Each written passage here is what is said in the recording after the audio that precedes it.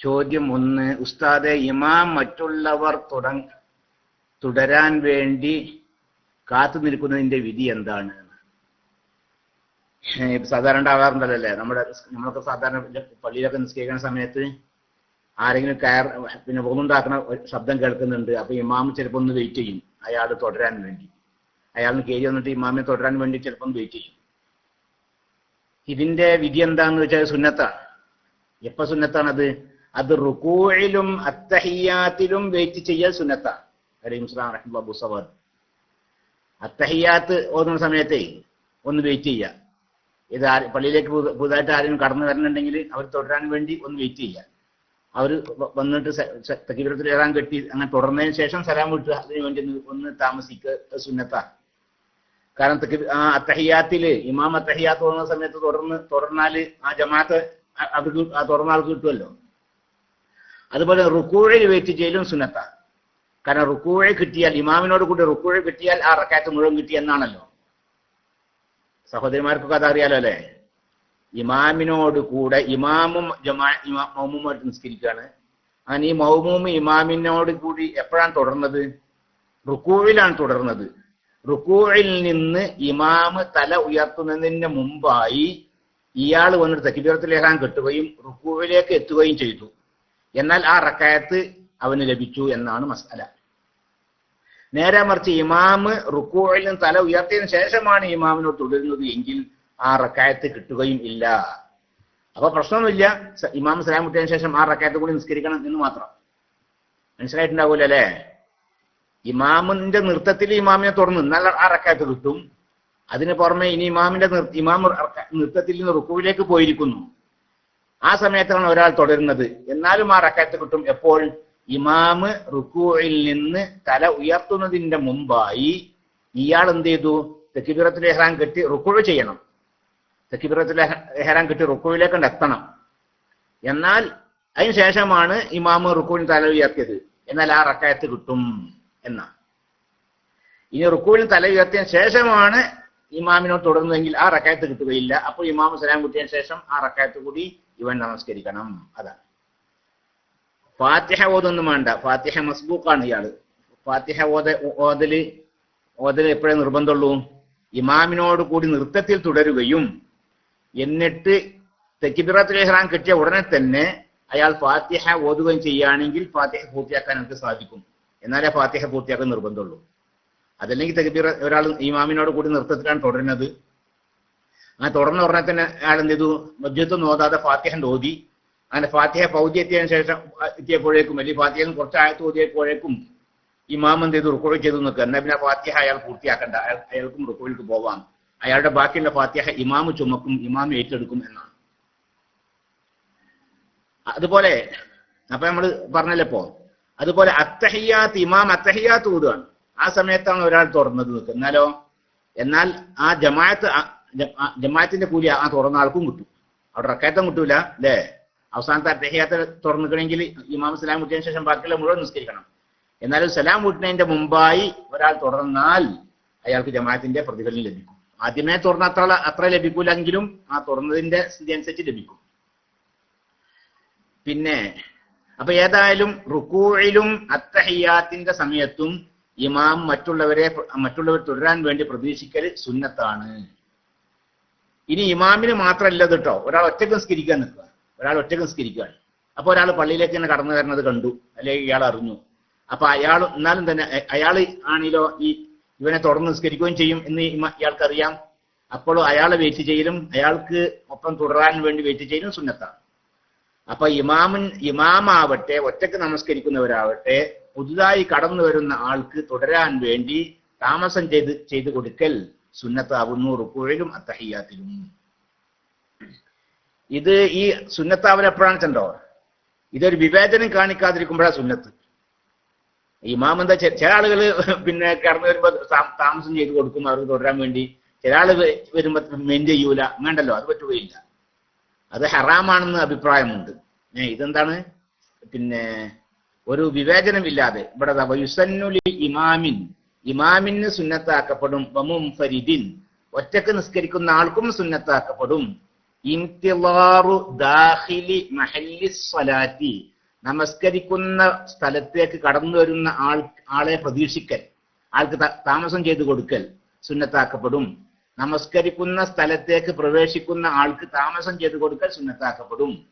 മുരീദൻ അൽ ഇഖ്തിദാ ബിഹി, ഇവനോട് തുടരാൻ ഉദ്ദേശിക്കുന്ന ആ കടന്നു വരുന്ന ആൾക്ക് ഒന്ന് താമസം ചെയ്തു കൊടുക്കുക, അയാളൊന്ന് പ്രതീക്ഷിക്കൽ സുന്നത്താക്കപ്പെടും. എവിടെയാണ് സുന്നത്ത്? ഫിർ റുകൂഇൽ, കാരണം നേരത്തെ പറഞ്ഞല്ലോ റുകൂഇൽ തുറന്നെങ്കിൽ ആ റക്അത്ത് തന്നെ കിട്ടും. വത്തശഹുദിൽ അഖീരി, അവസാനത്തെ തഹിയ്യാത്തിലും, അവസാനത്തെ തഹിയ്യാത്തിൽ തുറന്നാൽ ആ ജമാഅത്തിന്റെ പ്രതിഫലം ആ തുറന്ന ആൾക്ക് ലഭിക്കും. ലില്ലാഹി തആല, അല്ലാഹു തആലാക്ക് വേണ്ടി താമസം ചെയ്തു കൊടുക്കൽ സുന്നത്താക്കപ്പെടും. അല്ലാഹു തആലാക്ക് വേണ്ടി പ്രതീക്ഷിക്കൽ, അയാളുടെ ഭാഗത്തുനിന്നുള്ള പ്രത്യേകമായ ഒരു ആനുകൂല്യത്തിന് വേണ്ടിയല്ല, അയാളുടെ ഭാഗത്തുനിന്നുള്ള പ്രത്യേകമായ ഒരു സ്നേഹത്തിന് വേണ്ടിയൊന്നുമില്ല. അല്ലാഹു തആലാന്റെ പ്രീതി ആഗ്രഹിച്ചുകൊണ്ട് കാത്തു നിൽക്കൽ സുന്നത്താക്കപ്പെടും. ബിലാ തത്വീലിന്, അയാളെ പ്രതീക്ഷിക്കുന്നത് മൂലം നിസ്കാരം കുറെ നീട്ടേണ്ടി വരിക എന്നൊക്കെ, എന്നാലല്ല, കൂടുതൽ ദീർഘിപ്പിക്കാതെ പിന്നെ താമസം ചെയ്ത് കൊടുക്കുക, കാത്തു നിൽക്കുക, അത് സുന്നത്താക്കപ്പെടും. ബിലാ തത്വീലിൻ, താമസിപ്പിക്കൽ കൂടാതെ, നീട്ടൽ കൂടാതെ, ബൈന ദാഖിലീന, കടന്നു വരുന്നവർക്കിടയിൽ വിവേചനം കാണിക്കൽ കൂടാതെയും. കടന്നു വരുന്ന ആള് നാട്ടിലൊരു പ്രമാണിയാണ്, അപ്പൊ എന്ത് ചെയ്യാ, അയാളൊന്ന് കാത്തു നിൽക്കുക. അതേസമയത്ത് ഒരു നാടന സാധു മനുഷ്യൻ വരുമ്പോ കാത്തു നിൽക്കാതിരിക്കുക, അത് പാടില്ല, അങ്ങനെ ചെയ്യാൻ പാടില്ല. അപ്പൊ കടന്നു വരുന്ന ആളുകൾക്കിടയിൽ വിവേചനം കാണിക്കൽ കൂടാതെ ആവുമ്പോഴാണ് സുന്നത്ത്. വലൗലി നഹവി ഇൽമിൻ, അത് ഇൽമു പോലത്തിന് വേണ്ടിയാണെങ്കിലും ശരിന്നാ, ഈ കടന്നു വരുന്ന ആൾ വലിയൊരു ആലിമാണ്, അതുകൊണ്ട് കാത്തു നിൽക്കാൻ, എന്നാലും അത് പാടില്ലാത്ത വിഷയമാകുന്നു. അങ്ങനെ വിവേചനം കാണിക്കാൻ പാടില്ല. ഖാലൽ ഫൂറാനിയു യഹ്റുമുൽ ഇന്തിളാറു ലിതവദ്ദുദി, ഏതെങ്കിലും ഒരാളോടുള്ള പ്രത്യേക സ്നേഹത്തിന്റെ പേരിൽ പിന്നെ കാത്തു നിൽക്കാതെ ഹറാമാകുന്ന. അപ്പൊ അങ്ങനത്തെ വിവേചനം ഒന്നുമില്ലാതെ അല്ലാഹു തആലാന്റെ പ്രീതിക്ക് വേണ്ടി കാത്തു നിൽക്കുക, അതാണ് സുന്നത്ത്. അപ്പൊ അത് കഴിഞ്ഞു, ആ ചോദ്യത്തിന് മറുപടി കഴിഞ്ഞിട്ടോ. ഇനി അതോടുകൂടി ആ ഭാഗത്തുള്ള വേറെ വിഷയം കൂടി പറയാണ്. വയുസന്നുലിൽ ഇമാമി, ഇമാമിന് സുന്നത്താക്കപ്പെടും തഖ്ഫീഫു സ്വലാത്തി എന്ന വാക്കിലെ ഭാഗത്ത് കൂടി കണ്ടപത്രം വായിക്കേണ്ടതേ ഉള്ളൂ. നിസ്കാരം ഒന്ന് ഖഫീഫാക്കുക, പിന്നെ കൂടുതൽ ദീർഘിപ്പിക്കാതെ ഒന്ന് സ്പീഡാക്കുക, അത് സുന്നത്താക്കപ്പെടും. നിസ്കാരം ഇമാമിന് സുന്നത്താ.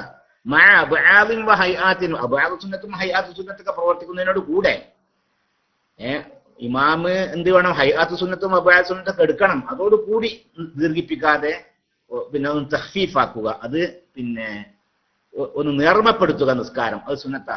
ആളുകളെ ബുദ്ധിമുട്ടിക്കാതിരിക്കാൻ വേണ്ടി ഇമാമിന് കുറെ വലിയ സുഹൃത്തൊക്കെ കാണാതെ അറിയും, അത് വിചാരിച്ചിട്ട് ഇമാം ആ സുഹൃത്തൊക്കെ പാടങ്ങനെ ഓതാൻ പറ്റുമോ? കാരണം ഇവിടെ ആളുടെ പിന്നിലെ കുറെ മൗമൂമികളുണ്ടല്ലോ, അവർക്ക് വേറെ പല പണികളുണ്ടാവുമല്ലോ. അതുകൊണ്ട് മൗമൂമികളെ ബുദ്ധിമുട്ടിക്കുന്ന രീതിയിൽ ഇമാം നിസ്കാരം നീട്ടാൻ പാടില്ല എന്നാണ്. ഇമാമിന് എന്താണ് സുന്നത്ത്? അബാഅത്ത് സുന്നത്തും ഹൈഅത്ത് സുന്നത്തൊക്കെ എടുക്കണം. അതോടുകൂടി നിസ്കാരം വേഗം പിന്നെ നിസ്കരിച്ച് ആളുകൾക്ക് പിന്നെ പോവാനുള്ള അവസരം കൊടുക്കുക, അതാണ് സുന്നത്ത്.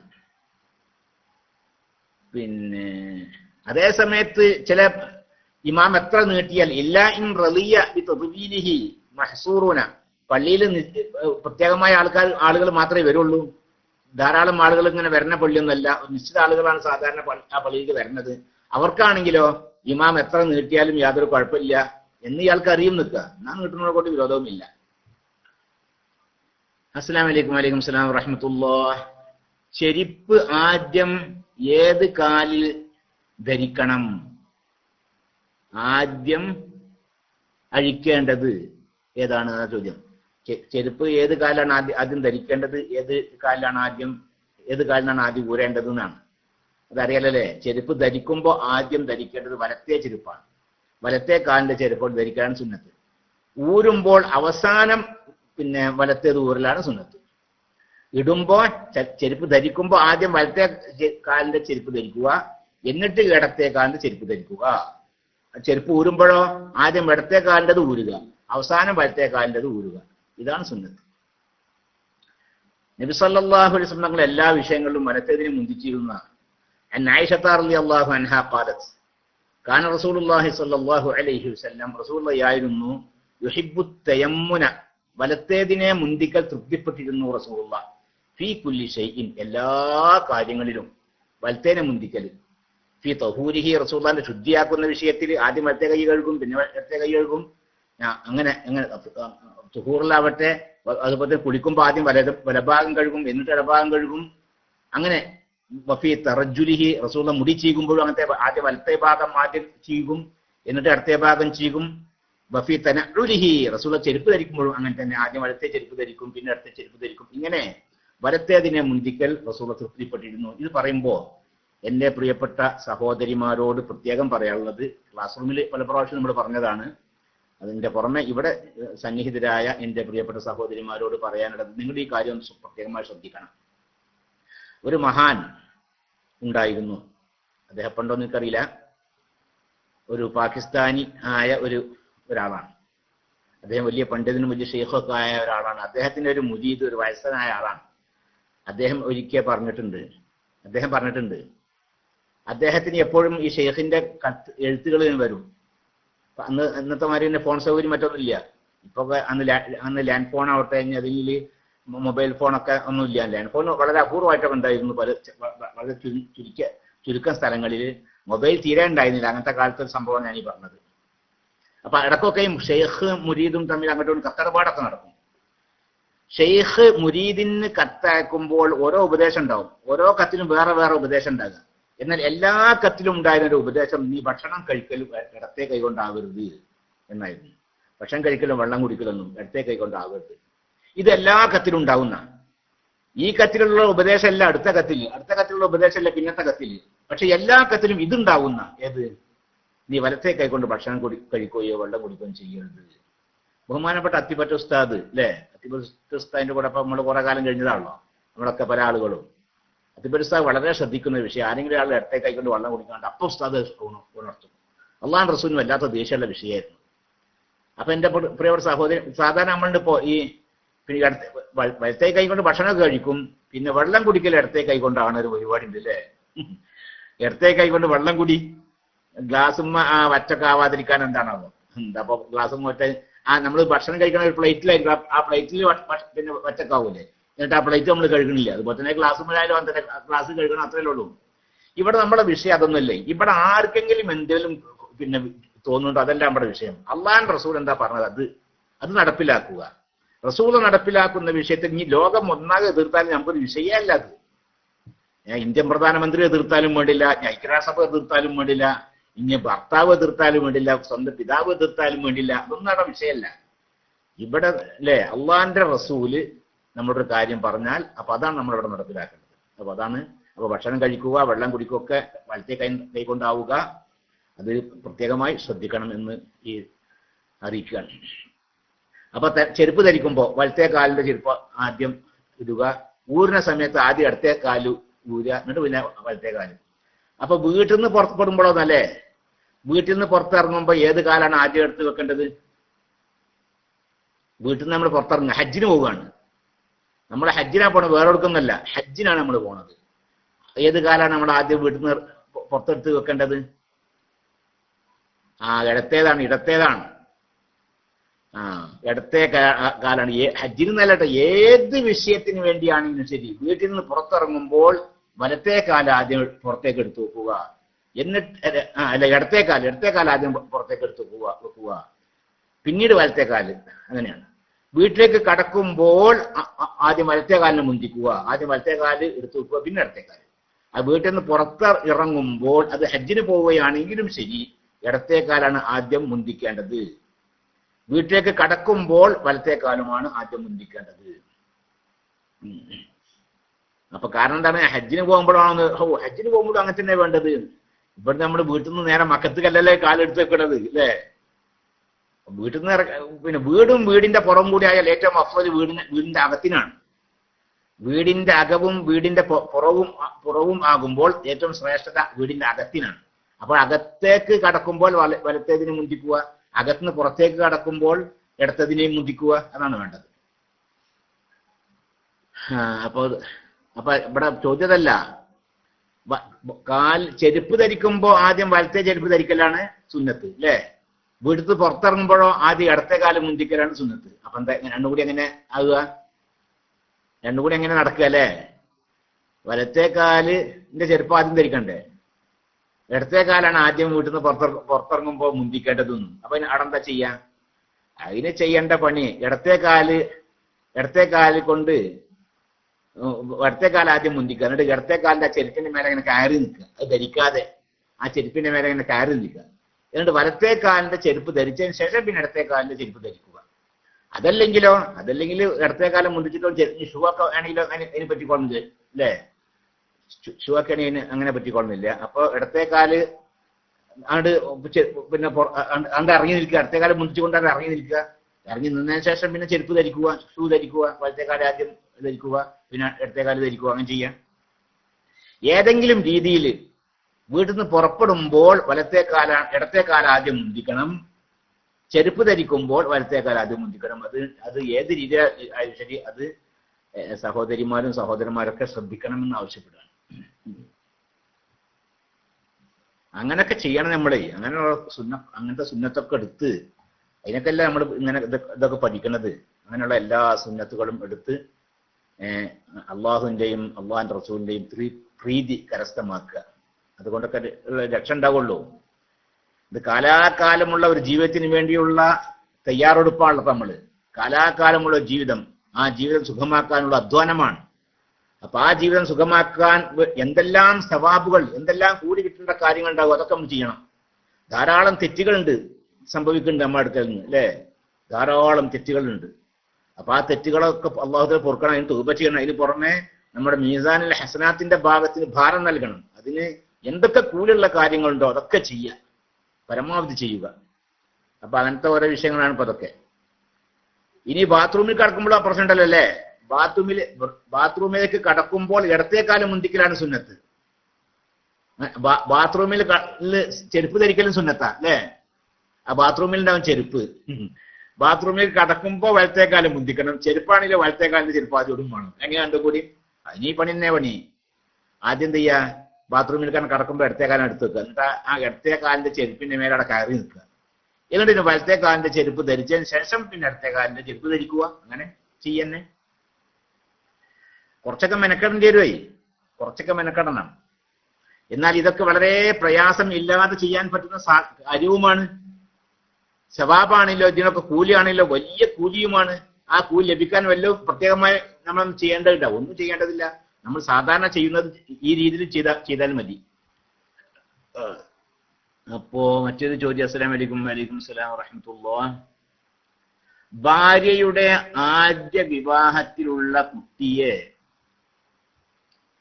ആ ഭർത്താവ് തൊട്ടാൽ ഒതു മുറിയുമോ? മുറിയോ? നിങ്ങളൊക്കെ അഭിപ്രായം? ഭാര്യനെ ആദ്യം ഒന്ന് കെട്ടിച്ചിരുന്നു. ആ കെട്ടിച്ചതിൽ അവൾക്കൊരു കുട്ടിയുണ്ട്, ഒരു പെൺകുട്ടിയാണ്. ആ പെൺകുട്ടിനെ പിന്നീട് ഈ ഭർത്താവിന്റെ എപ്പോൾ അവളെ കിട്ടിയ ഭർത്താവ്, ആ ഭർത്താവ് തൊട്ടാൽ ഒതു മുറിയെന്ന ചോദ്യം. സഹോദരന്മാരെ, ഞാൻ ഈ പറഞ്ഞ കേൾക്കണില്ലേ? നിങ്ങൾ ഇവിടെ ഇല്ലേ? കുറച്ച് ആൾക്കാരൊക്കെ അല്ലേ? ഉണ്ടല്ലോ അല്ലേ? എന്താ റൂമിൽ ചലനം കാണാത്തത്? ആളൊക്കെ ഉണ്ട്. അപ്പൊ ചോദ്യം മനസ്സിലായല്ലേ? ഭാര്യയുടെ മകൾ എന്നുവെച്ചാൽ ഭാര്യയെ ആദ്യം അബൂസവാദിന് മനസ്സിലായിട്ടില്ലേ? ഒരു പെണ്ണ് കെട്ടിയിട്ടുണ്ട്. ആ പെണ്ണിന് ആദ്യം ഒരു കുട്ടി ഉണ്ട്. അവൾ ആദ്യം ഒന്ന് കെട്ടിച്ചിരുന്നു. അതിലൊരു കുട്ടി ഉണ്ട്, ഒരു പെൺകുട്ടി ഉണ്ട്. ആ പെൺകുട്ടിയെ ഇപ്പോൾ ഇവളെ കെട്ടിയ ഈ ഭർത്താവ് തൊട്ടാൽ ഒന്നു മുറിയുമോന്ന്? നജീബ് തങ്ങളുടെ അഭിപ്രായം മുറിയുന്ന, മുറിയില്ലാന്ന. എപ്പോ മുറിയില്ലാന്ന് പെട്ടെന്ന് പറയാൻ വയ്യ. മുറിയില്ല. ഈ ഭാര്യയും ഭർത്താവും തമ്മിൽ ബന്ധപ്പെടണം, അതിന് ശേഷമാണ് പിന്നെ മുറിയില്ല. വറബാഇബുക്കും അല്ലാത്തി ഫീ ഹുജൂരിക്കും അല്ലാത്തി മിൻ നിസാഇക്കും അല്ലാത്തി ദഖൽതും ബിഹിന്ന ഫഇല്ലം തകൂനു എന്താണ് ഇത്? വറബാഇബുക്കും അല്ലാത്തി ഫീ ഹുജൂരിക്കും അല്ലാത്തി ദഖൽതും ബിഹിന്ന ഫഇല്ലം തകൂനു ദഖൽതും ബിഹിന്ന ഫലാ ജുനാഹ അലൈക്കും. അല്ലേ? അങ്ങനത്തെ എല്ലാ ആയത്ത്. അതെ, ഏതായാലും ശരി, അതാണ് സൂറത്തു നിസായിലെ. അപ്പോ ഈ ഭാര്യ, ഇപ്പൊ കെട്ടിയ ഭാര്യ ഉണ്ട്, അവൾക്ക് ആദ്യം കെട്ടിച്ച കുട്ടിയുണ്ട്. ഈ ഭാര്യ നിക്കാഹി കഴിഞ്ഞ ഉടനെ തന്നെ നിൽക്കുക. എന്നാലോ നിക്കാഹ് കഴിഞ്ഞിരിക്കുന്നു, സംയോഗം ചെയ്തിട്ടില്ല ഈ ഭാര്യയെ, എന്നാൽ അവളുടെ കുട്ടിയെ തൊട്ട ഓള് മുറിയും, ആ സമയത്ത് ഓള് മുറിയും. അതേ സമയത്ത് ഈ ഭാര്യയെ സംയോഗം ചെയ്തു നിൽക്കുക, എന്നാൽ പിന്നെ ആ സംയോഗം ചെയ്യപ്പെട്ട ഭാര്യയുടെ മകളെ ഇവന് തൊട്ടാൽ ഒന്നും മുറിയില്ല. എന്താണ് അള്ളാഹു തആലാന്റെ ദീന് പടച്ചോനെ, അല്ലേ? എന്താണ് ഈ ദീന്? ആർക്കാണ് ഇങ്ങനെയൊക്കെ സംവിധാനിക്കാൻ സാധിക്കുക എന്ന നിയമം? ഈ ഭാര്യയെ ആദ്യം കടിച്ചതിലെ കുട്ടി ഇത് ഇവളപ്പത്തെ പിന്നെ ഇവളെ ഈ സ്ത്രീയെ ഇയാൾ വിവാഹം കഴിച്ച ഉടനെ തന്നെ അന്തലാക്കും ചൊല്ലി നിൽക്കുന്നാലോ, അന്തലാക്കും ചൊല്ലി എന്നാ ഇനി പാപ്പണിന് പിന്നെ തൊടാൻ പറ്റൂല എന്ന് അങ്ങനെ പറയാൻ പറ്റൂല. അത് ഇപ്പൊ തമ്മിൽ ബന്ധമായിട്ടില്ലല്ലോ. ഇവളെ വിവാഹം കഴിച്ചു, ഇവളും അവനും കൂടി ബന്ധപ്പെട്ട് കഴിഞ്ഞാൽ പിന്നെ അവളെ ആദ്യം കെട്ടിച്ചതുള്ള പെൺമക്കളെ ഇവന് തൊടൽ അനുവദനീയമാണ്, അവളെ വിവാഹം കഴിക്കൽ ഹറാമുമാണ്. ഈ ഭാര്യന്റെ മകളെ ഇയാൾക്ക് വിവാഹം കഴിക്കൽ ഹറാമാണ്, വിവാഹം കഴിക്കാൻ പാടില്ല. ഇനി ഈ ഭാര്യ മരിച്ചാലും ശരി അവളെ വിവാഹം കഴിക്കാൻ പാടില്ല. ഉമ്മാനി മകളെ കൂടി ഒന്നിച്ച് കെട്ടുക എത്ര മോശമാണില്ലേ? അത്ര മോശം ഏർപ്പാടൊന്നും ഈ ദീനിൽ ഉണ്ടാവില്ല. ഇനി ഉമ്മ മരിച്ചതിന് ശേഷമാണെങ്കിൽ ശരി ആ ഉമ്മയെ വിവാഹം കഴിക്കാൻ പറ്റുകയില്ല. അതാണ്. അതുപോലെ തന്നെ ഭാര്യന്റെ മാതാവാണെങ്കിൽ ഈ ഭാര്യയെ ജിമാഅ് ചെയ്യുന്നു വേണ്ട, സംയോഗം ചെയ്യുന്നു വേണ്ട. ആ നിക്കാഹി കഴിഞ്ഞാൽ ഉടനെ തന്നെ ആ ഭാര്യ എന്തായി? ഭാര്യയുടെ മാതാവ് മഹറമായി. ഉടനെ നിക്കാഹ് കബീൽത്തുൻ പറഞ്ഞാൽ മതി, ഉടൻ മഹറമായി. ആര്? അമ്മായിമാനെ പിന്നെ തൊട്ടാ ഒന്നും മുറിയില്ല. ഈ ഭാര്യയെ സംയോഗം ചെയ്യുന്നു വേണ്ട, സംയോഗം ചെയ്തിട്ടില്ലെങ്കിലും അമ്മായിമാൻ തൊട്ടാൽ ഒന്നും മുറിയില്ല. അമ്മായിമാനെ വിവാഹം കഴിക്കാനും പറ്റൂല. ഈ ഭാര്യ മരിച്ചാലും ശരി അമ്മായിമാനെ ഇനി വിവാഹം കഴിക്കാൻ പറ്റൂല. ഈ ഭാര്യ നിക്കാഹി കഴിഞ്ഞ ഉടനെ തന്നെ മരിച്ചിരിക്കുന്നു, സംയോഗത്തിൽ ഏർപ്പെട്ടൊന്നുമില്ല. എന്നാലും ശരി ഇനി അമ്മായിമാൻ നിക്കാഹി കഴിക്കാൻ പറ്റൂല, അമ്മായിമാൻ തൊട്ട ഒന്നും മുറിയുകയും ചെയ്യൂല. എന്താ വ്യത്യാസം? എന്താണ് വ്യത്യാസം? ഭാര്യയെ നിക്കാഹ് ചെയ്തു സംയോഗം ചെയ്തെങ്കിലേ ഭാര്യയുടെ മകൾ ഹറാമാവൂ, കെട്ടൽ ഹറാമാവൂ, തൊട്ടാ ഒന്നും മുറിയാതിരിക്കൂ. അതേ സമയത്ത് ഭാര്യയുടെ ഉമ്മയാണെങ്കിലോ നിക്കാഹ് ചെയ്താൽ ഉടൻ തന്നെ ഭാര്യയുടെ ഉമ്മ ഹറാമായി. ഭാര്യയുടെ ഉമ്മയെ ഇനി വിവാഹം കഴിക്കാൻ പറ്റൂല, ഇവൻക്ക് തൊട്ടാ ഒന്നും മുറിയുകയില്ല. എന്താ തമ്മിൽ വ്യത്യാസം? അതിന് പറയുന്നത് നിക്കാഹ് കഴിഞ്ഞാൽ തന്നെ അമ്മായിമാനോട് കുറച്ച് വർത്താനൊക്കെ പറയേണ്ടി വരും. ചില വിഷയങ്ങളൊക്കെ അമ്മായിമ്മ ചില വിഷയങ്ങളൊക്കെ തീരുമാനിക്കാനും അങ്ങോട്ട് ചർച്ച ചെയ്യാനൊക്കെ ഉണ്ടാവും, അല്ലേ? ഉണ്ടാവൂലേ? ഉണ്ടാവൂല അബ്ദുള്ള സാഹിബേ? നിക്കാഹി കഴിഞ്ഞാലേ കല്യാണം കഴിഞ്ഞ് എന്നിട്ട് പിന്നെ അമ്മായിമാനോട് പല കാര്യങ്ങളും ചർച്ച ചെയ്യാനൊക്കെ ഉണ്ടാവും. ഇനിയിപ്പോ നമുക്ക് എന്നാ വേണ്ടത്, അങ്ങനെ എങ്ങനെ ഉണ്ടാവും സവാദിന് അറിയില്ലാന്നോ? ഉണ്ടാകും. പല കാര്യവും തീരുമാനിക്കാൻ ഉണ്ടാവും. അപ്പൊ ആ തീരുമാനിക്കാൻ പരസ്പരം കാണലും സംസാരിക്കലൊക്കെ അനുവദിക്കപ്പെടണം. അതുകൊണ്ടാണ് ഭാര്യ ജുമാ ചെയ്തിട്ടില്ലെങ്കിൽ ശരി, പിന്നെ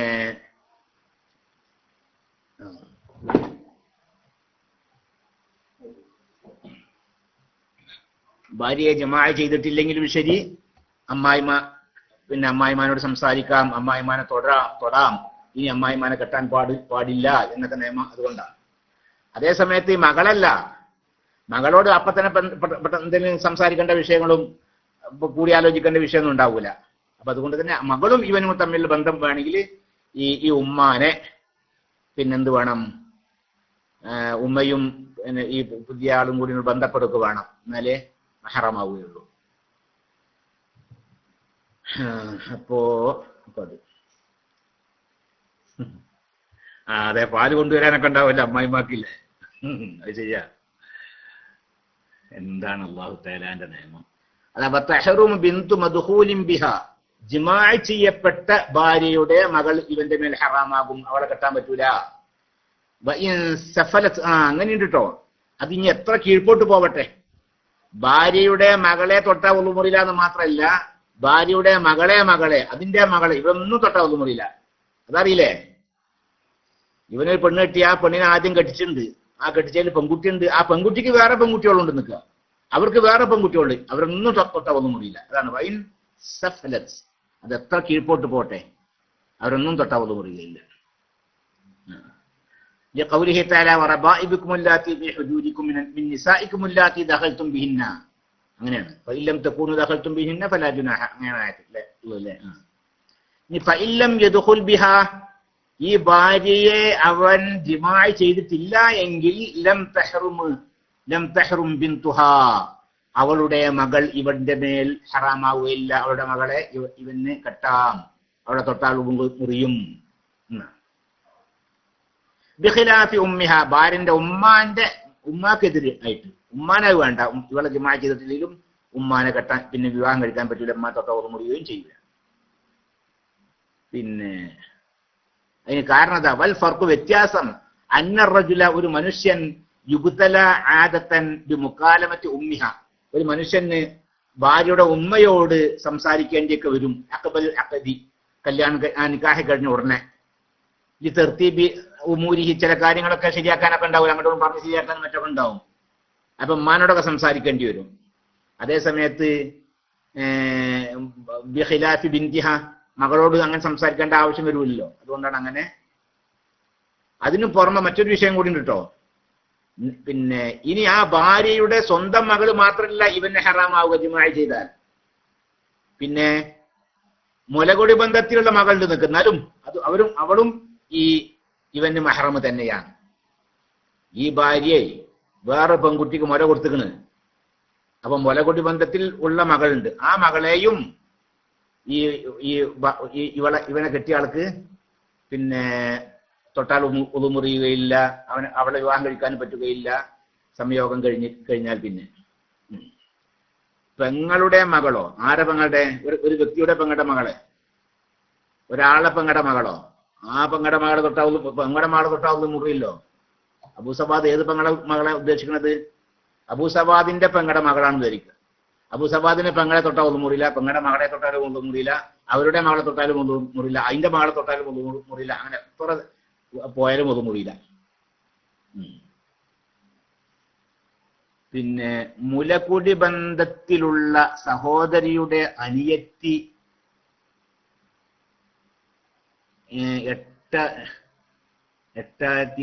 ജ്യേഷ്ഠത്തിമാരെ തൊടാൻ പോണത്. മുലകുടി ബന്ധത്തിലുള്ള സഹോദരി, അതായത് ഇവന്റെ ഉമ്മാന്റെ മുല കുടിച്ചിരിക്കുന്നു ഒരു പെണ്ണ്, ഒരു അന്യ പെണ്ണ്. അപ്പൊ അത് ഇവന്റെ സഹോദരിയായി. ആ സഹോദരിയുടെ അനിയത്തി, അത് പറ്റൂല. ആ അനിയത്തിമാർക്കും ജ്യേഷ്ഠത്തിമാർക്കും അത് ബാധകല്ല. മുലകുടി ബന്ധത്തിലൂടെ സഹോദരിയായ ഒരു സഹോദരിയാണ്. ആ സഹോദരിക്ക് മാത്രമേ അത് ബാധകുള്ളൂ. ആ സഹോദരിയുടെ ജ്യേഷ്ഠത്തിമാർക്കും അഞ്ചത്തിമാർക്കും അത് ബാധകല്ല. അവിടെ തൊട്ട അവൾ മുറിയുകയും ചെയ്യും. ഉദാഹരണം, ഒരു അന്യ പെൺകുട്ടി, നിങ്ങളുടെ കുടുംബത്തിലൊന്നല്ലാതെ തന്നെ വെക്കുക, ഒരു അന്യൊരു പെൺകുട്ടിയാണ്. ആ പെൺകുട്ടി എന്ത്, നിങ്ങളുടെ ഉമ്മാടെ മുല കുടിച്ചു. ആ നിബന്ധന അനുസരിച്ച് 5 പ്രാവശ്യം മുല കുടിച്ചു. 2 വയസ്സിന് മുമ്പാണ് മുല കുടിച്ചത്. എന്നാൽ ആ അഞ്ചത്തിനെ തൊട്ടാവുള്ളൂ, അല്ല അവളെ തൊട്ടാവുള്ളൂ മുറിയില്ല. ആ സഹോദരിയെ തൊട്ടാലും ഒന്നും മുറിയില്ല. അമ്മാന്റെ മുല കുടിച്ച ആ കുട്ടിയെ തൊട്ടാവുള്ളൂ മുറിയില്ല. അതേ സമയത്ത് അത് ആർക്ക് ബാധകല്ല? അവളുടെ ഉമ്മാക്കോ അല്ലെങ്കിൽ അവളുടെ ജ്യേഷ്ഠത്തിമാർക്കോ അഞ്ചത്തിമാർക്കോ ഒന്നും ബാധകല്ല. അവരൊക്കെ തൊട്ടാവുള്ളൂ മുറിയുകയും ചെയ്യും. സഹോദരിമാർക്ക് അറിയാലോ അല്ലേ, മുലകുടി ബന്ധം സ്ഥിരപ്പെടണമെങ്കിൽ എന്ത് വേണം? 5 പ്രാവശ്യം മുല കുടിക്കണം. 5 പ്രാവശ്യം. അത് 2 വയസ്സ് പൂർത്തിയാണതിന് മുമ്പ് ആവുകയും വേണം. അവരുടെ മക്കളെയൊന്ന്, സഹോദരിയുടെ മക്കളാവും. ആ മുലകുടി ബന്ധത്തിലൂടെയുള്ള സഹോദരിയെ തൊട്ടാവുന്ന മുറിയില്ല, ആ സഹോദരിന്റെ മക്കളെയും തൊട്ടാവുന്ന മുറിയില്ല, അതിന്റെ മക്കളെയും തൊട്ടാൽ മുറിയില്ല. എത്ര താഴെ പോയാലും ചെയ്യാതെ അവരാരെയും തൊട്ടാവുന്ന മുറിയില്ല.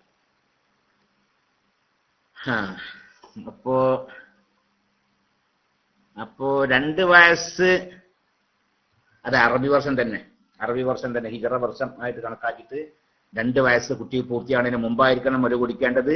അതുപോലെ തന്നെ 5 പ്രാവശ്യം മുല കുടിക്കുകയും വേണം. എന്നാലേ മുലകുടി ബന്ധം സ്ഥിരപ്പെടുള്ളൂ. 4 പ്രാവശ്യം കുട്ടി മുല കുടിച്ചുള്ളൂ നിൽക്കുക, ഉണ്ടാവില്ല. 5 പ്രാവശ്യം പൂർത്തിയാവണം. 2 വയസ്സ് പൂർത്തിയാണതിന് മുമ്പ് ആവുകയും വേണം. എന്നാലാണ് മുലകുടി ബന്ധം സ്ഥിരപ്പെടുക. സഹോദരിമാർ, ഈ വിഷയം നിങ്ങൾക്കുള്ള സംശയമൊക്കെ കൂടുതലുണ്ടെങ്കിൽ നിങ്ങളുടെ ടീച്ചറുമായി ബന്ധപ്പെട്ട് സംശയം തീർക്കണം എന്ന് ആവശ്യപ്പെട്ടാണ്. പിന്നെ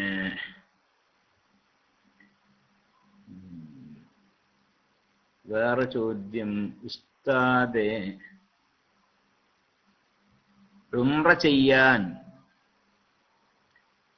ചെയ്യുമ്പോൾ സഈ ചെയ്യുമ്പോൾ കുട്ടിയുടെ പമ്പേഴ്സിൽ മൂത്രമുണ്ടായാൽ കുഴപ്പമുണ്ട്, ഉംറ ബാത്തിലാകുമോ? ബാത്തിലാവൂല. സഈന് ശുദ്ധി നിബന്ധന അല്ല. തവാഫ് ആണെങ്കിൽ ശുദ്ധി നിബന്ധനയാണ്. തവാഫ് ചെയ്യുന്ന ആളുടെ ശരീരത്തിലോ വസ്ത്രത്തിലോ ഒന്നും നജസ് ഉണ്ടാവാൻ പാടില്ല. നജസ് ചുമന്നുകൊണ്ട് തവാഫ് ചെയ്താൽ തവാഫ് സഹിയാവുകയില്ല. അതുപോലെ തവാഫ് ചെയ്യുന്ന ആൾക്ക് പിന്നെ ശുദ്ധിയും വേണം. വലിയ ശുദ്ധിയെ തൊട്ടും ചെറിയ ശുദ്ധി തൊട്ടൊക്കെ ശുദ്ധിയാവണം തവാഫ് ചെയ്യുന്ന ആള്. ഒളു ഉണ്ടാവണം എന്നർത്ഥം. അതേസമയത്ത് സൈന് നിബന്ധനയില്ല. സൈ ഒളു ഇല്ലാതെയും സൈ ചെയ്യാം. ശരീരത്തിലും വസ്ത്രത്തിലൊക്കെ നജസ് ഉണ്ടായിരിക്കെ സൈ ചെയ്യാം, വിരോധമില്ല. പക്ഷെ സുന്നത്താണ് എന്ത്, പിന്നെ നജസിൽ നിന്നും ചെറിയ ശുദ്ധിയിൽ നിന്നൊക്കെ വലിയ ശുദ്ധിയിൽ നിന്നൊക്കെ പിന്നെ ശുദ്ധിയായിക്കൊണ്ട് സൈ ചെയ്ത് സുന്നത്താണ്, നിർബന്ധമില്ല. അപ്പൊ പമ്പേഴ്സിൽ മൂത്രം കഴിക്കണ കുട്ടിനെ എടുത്തിട്ടാണ് സൈ ചെയ്യണത്, തവാഫല്ലോ. സഫാ മർവന്റെ ഇടയിലുള്ള സൈനെ കുറിച്ചാണ് പറഞ്ഞത്. പമ്പേഴ്സിലൊക്കെ മൂത്രമുണ്ട്, അങ്ങനത്തെ ഒരു കുട്ടിയെ ചുമന്നുകൊണ്ടാണ് സൈ ചെയ്യുന്നതെങ്കിൽ ആ സൈന് യാതൊരു കുഴപ്പമില്ല, സൈ സഹിയാകും.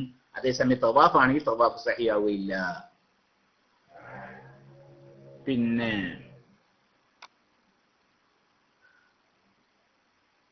കസേരയിൽ ഇരുന്ന് നിസ്കരിക്കുന്നയാൾ സ്വഫ് ശരിയാക്കേണ്ടത് എങ്ങനെ? ഇത് പല പ്രാവശ്യം ചോദ്യം വന്നാണ്. സഹോദരിമാരോട് എനിക്ക് പറയാനുള്ളതേ, നമ്മൾ ഇത് ഒരു പ്രത്യേക സംവിധാനമാണ്. ഞാൻ ഇതിലൂടെയാണ് സംസാരിക്കുന്നത്, നിങ്ങൾക്കറിയാലോ.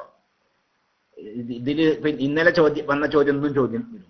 അപ്പൊ ഞാൻ അത് മറുപടി പറയേണ്ടി വരും. അപ്പൊ മറുപടി പറയുമ്പോ നിങ്ങൾക്കൊരു വിഷമം തോന്നരുത്. അതല്ല അപ്പൊ ഇന്നലെ പറഞ്ഞത് എന്ന് തന്നെയാണോ എന്ന് നിങ്ങൾക്ക് ഒരു വിഷമം തോന്നരുത്. കാരണം ഇതില് ഇന്നലെ ഉള്ള ആളുകളാവില്ല ചിലപ്പോ ഈ ക്ലാസ് റൂമിലെ നമ്മുടെ മുമ്പിൽ ലാപ്ടോപ്പിൽ എന്ത് സമസ്ത കേരള ഇസ്ലാമിക് ക്ലാസ് റൂമിലൂടെയാണ് അപ്പൊ ഞാൻ സംസാരിക്കുന്നത്. അപ്പൊ അതിൽ ഇന്നലെ ഉള്ള ആളുകൾ ചിലപ്പോൾ ഇന്നുണ്ടാവൂല, അല്ലെങ്കിൽ ഇന്നുള്ള ആളുകൾ ചിലപ്പോൾ നാളെ ഉണ്ടാവൂല. ഇന്നലെ ഞാൻ അങ്ങനെ സംസാരിക്കുന്ന ഇടയിൽ ഇന്നലെ ഒരാൾ ഇതിൽ കടന്നു വന്നു, അയാൾ ചോദ്യം ചോദിച്ചു, അയാൾക്ക് മറുപടി നൽകി. അയാളിപ്പോ ഇന്ന് ഉണ്ടാവൂല, അതേ ചോദ്യം ചിലപ്പോൾ ഇന്ന് വേറൊരാൾ ചോദിക്കും, അപ്പൊ നമ്മൾ മറുപടി നൽകും. അപ്പൊ ഈ ആവർത്തന വിരസത ഉണ്ടല്ലോ, അത് നിങ്ങൾക്ക് അനുഭവപ്പെടുന്നുണ്ടാവും, ക്ഷമിക്കണം എന്ന് ആദ്യം അറിയിക്കുകയാണ്. ഈ ചോദ്യം പല പ്രാവശ്യം വന്നതാണ്. ഇപ്പൊ നമ്മൾ ഈ ക്ലാസ് തുടങ്ങിയ ശേഷം തന്നെ കസേരയിൽ ഇന്ന് നിസ്കരിക്കുമ്പോൾ എങ്ങനെയാണ് സെഫ് ശരിയാക്കുക എന്ന് അവിടെ നമ്മൾ മറുപടി പറഞ്ഞതുമാണ് പല പ്രാവശ്യവും. എന്നാ ഇപ്പൊ ഈ ചോദ്യം വന്നത് കാരണം പിന്നെ മറുപടി പറയാണ്. പിന്നെ കസേരയിൽ ഇരുന്നിട്ട് നിസ്കരിക്കുന്ന ആൾ രണ്ട് തരമുണ്ട്. എന്താണ്? ഒന്ന് ഫർദ് നിസ്കാരത്തിൽ നിൽക്കാൻ കഴിവുള്ള നിൽക്കൽ നിർബന്ധമാണല്ലോ, അല്ലേ? അതറിയാലോ. നിൽക്കാൻ സാധിക്കുന്നവൻ ഇരുന്ന് നിസ്കരിച്ചാൽ ഫർദ് നിസ്കാരം ശരിയാവൂല. നിൽക്കാൻ സാധിക്കുന്നവൻ നിൽക്കുക തന്നെ വേണം. അപ്പൊ ചില ആളുകളുണ്ട്, അവർക്ക് നിൽക്കാൻ സാധിക്കും, അപ്പൊ അവരെന്ത് ചെയ്യുന്നു? നിന്നിട്ടാണ് നിസ്കരിക്കുന്നത്.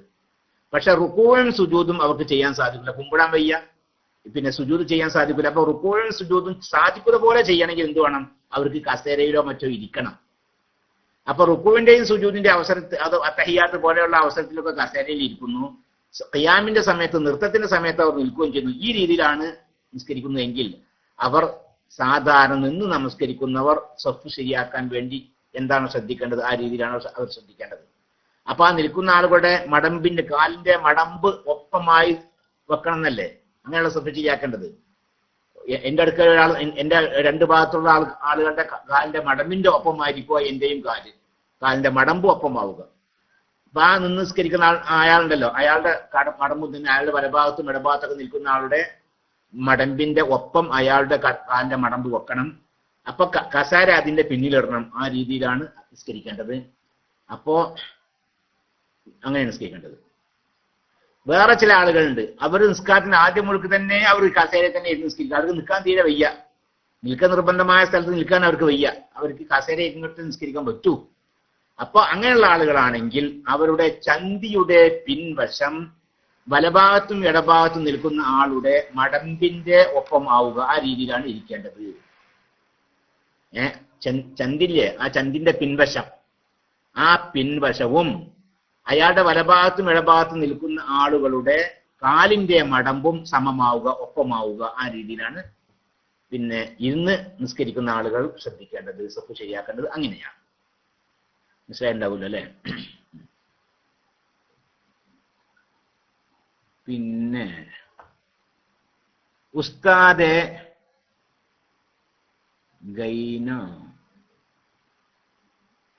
എന്താ ഇത് വായിക്കറബേ? ഗൈനക്കോളജി ഗൈനക്കോളജിയെ കണ്ടു. അവർ മരുന്നും മറ്റും ഇട്ടു നോക്കി. ശരി. അത് പിന്നെ ഗൈനക്കോളജിസ്റ്റിനെ, ഗർഭമുള്ള സ്ത്രീകളൊക്കെ അവരെന്ത് ചെയ്ത് ഡോക്ടറെ കണ്ടപ്പോൾ എന്ത് ചെയ്തു? അവർ ചില മരുന്ന് മറ്റേ യോനിദ്വാരത്തില് എന്ത് ചെയ്തു, മരുന്ന് മറ്റൊക്കെ അവര് പിന്നെ പ്രവേശിപ്പിച്ചു. ഇനി കുളിക്കണോന്നപ്പോ ചോദ്യം. പടച്ചോനെ, എന്താണ് ഇങ്ങനെ? ഇതിൽ എന്തും പ്രവേശിച്ചാൽ കുളിക്കൊന്നും വേണ്ട. ലിംഗം പ്രവേശിക്കുക എന്നാലേ കുളി നിർബന്ധമുള്ളതായി. വേറെ എന്തെങ്കിലും പ്രവേശിച്ചാൽ കുളിക്കൊന്നും വേണ്ട. അപ്പൊ ഗൈനക്കോളജി അതിന്റെ ആ ഡോക്ടർ എന്ത് ചെയ്ത് മരുന്ന് പ്രവേശിപ്പിച്ചു, അല്ലെങ്കിൽ അയാൾ വിരലിട്ട് അല്ലെങ്കിൽ വേറെ എന്തെങ്കിലും സാധനം പ്രവേശിപ്പിച്ചു, എന്നാലൊന്നും കുളി നിർബന്ധമാവുകയില്ല. പിന്നെയോ ലിംഗം ഉണ്ടല്ലോ, അത് പ്രവേശിപ്പിച്ചെങ്കിലേ കുളി നിർബന്ധമാവുകയുള്ളൂ. ആയിക്കോട്ടെ, ഹെസ്പേണ്. അതിപ്പോ ഇനിയിപ്പോ അത്രയൊക്കെ പറഞ്ഞാൽ മതിയല്ലോ.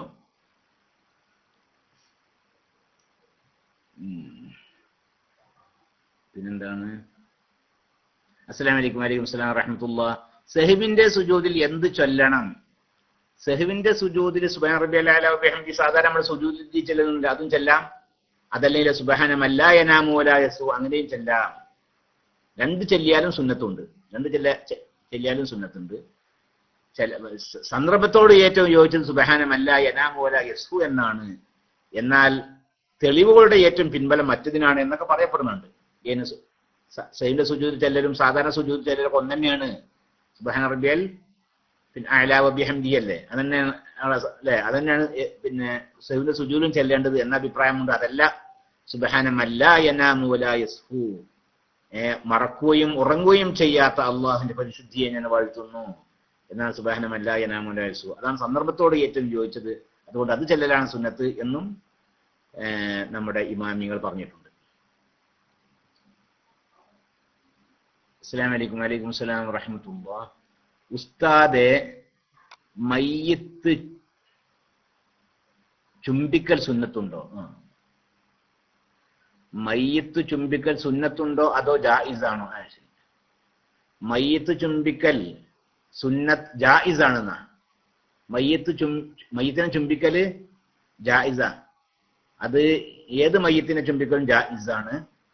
അടുത്ത കുടുംബക്കാരതാവട്ടെ, അല്ലെങ്കിൽ അകന്ന കുടുംബക്കാരതാവട്ടെ, അല്ലെങ്കിൽ സ്നേഹിതന്മാരുടേതാവട്ടെ, അല്ലെങ്കിൽ ഇനി അന്യ ആളുകളുടെ മയ്യിത്ത് ചുംബിക്കല് ജായിസാണ്, സുന്നത്തൊന്നല്ല, ജായിസാണ്. അതേ സമയത്ത് ഒരു മഹാനായ വ്യക്തിയാണ്, ബർക്കത്തുള്ള ആളാണ്, എന്നാണ് ചുംബിക്കൽ സുന്നത്തുമാണ്. അയാൾ മരിച്ചാലും മയ്യിത്ത് ചുംബിക്കൽ സുന്നത്തുമാണെന്നാണ്. മനസ്സിലായല്ലേ? രണ്ടും രണ്ട് നിയമ. സാധാരണക്കാരുടെ മയ്യിത്ത് ചുംബിക്കൽ ജായിസാണ്, അനുവദനീയമാണ്. അത് അടുത്ത കുടുംബക്കാരാണെങ്കിലും ശരി. അതേ സമയത്ത് ഒരു ബർക്കത്തുള്ള ഒരാളാണ്, ഒരു ആലിമാണ്, അതല്ലെങ്കിൽ ഒരു വലിയാണ്, അല്ലെങ്കിൽ അങ്ങനെ ഒരു ഹൈറിന്റെ അഹിൽക്കാരനാണ്, ഒരു ബർക്കത്തുള്ള നല്ലൊരു മനുഷ്യനാണ്, എന്നാൽ അയാളുടെ മുഖം ചുംബിക്കൽ സുന്നത്തുമാണ് മരിച്ചാല് എന്ന്. മരിച്ചവരെ കുറിച്ചാണ് ഈ പറഞ്ഞത്.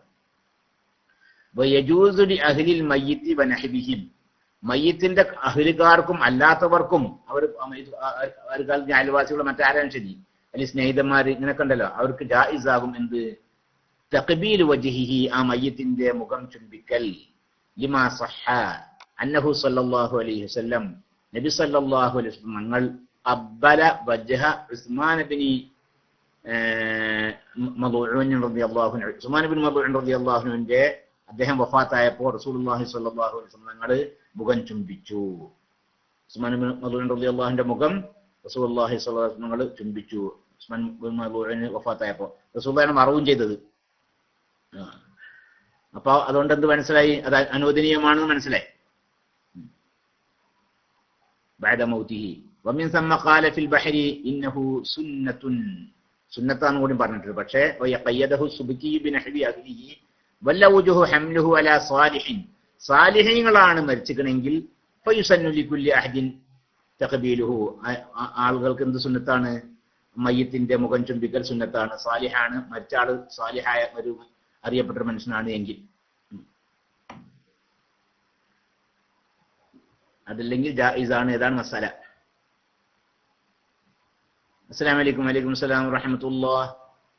തഹക്കീം ആക്കി നിക്കാഹ് ചെയ്തു കൊടുക്കൽ എന്നാൽ എന്താണ് ഉസ്താദേ? തഹക്കീം ആക്കി നിക്കാഹ് ചെയ്ത് കൊടുക്കണം കേട്ടില്ലേ? തഹക്കീം ആക്കി നിക്കാഹ് ചെയ്യാനാലേ വലിയില്ല, ഒരാൾ ഒരു പെണ്ണിനെ വിവാഹം കഴിച്ചു കൊടുക്കാൻ അതിന്റെ പിതാവില്ലെങ്കിൽ പിന്നെ സഹോദരന്മാരില്ല, ഈ എളാപ്പാരുണ്ടെങ്കിൽ എളാപ്പാരും ഇല്ല, എളാപ്പാരെ മക്കളുണ്ടെങ്കിൽ അവരും ഇല്ല, അങ്ങനെ പിന്നെ കെട്ടിച്ചു കൊടുക്കാനുള്ള വലിയൊന്നും ഇല്ല. എന്നാൽ എന്ത് ചെയ്യുക, അല്ലെങ്കിൽ വലിയ തടസ്സം നിൽക്കുകയാണ്, ഞാൻ കെട്ടിച്ചു തരൂല്ല എന്നാ പറഞ്ഞത്. അന്ന് ഞാൻ കെട്ടിച്ചു തരൂല, അന്ന് ഞാൻ കെട്ടിക്കൂല എന്നാണ് വാപ്പ പറഞ്ഞത്. അല്ലെങ്കിൽ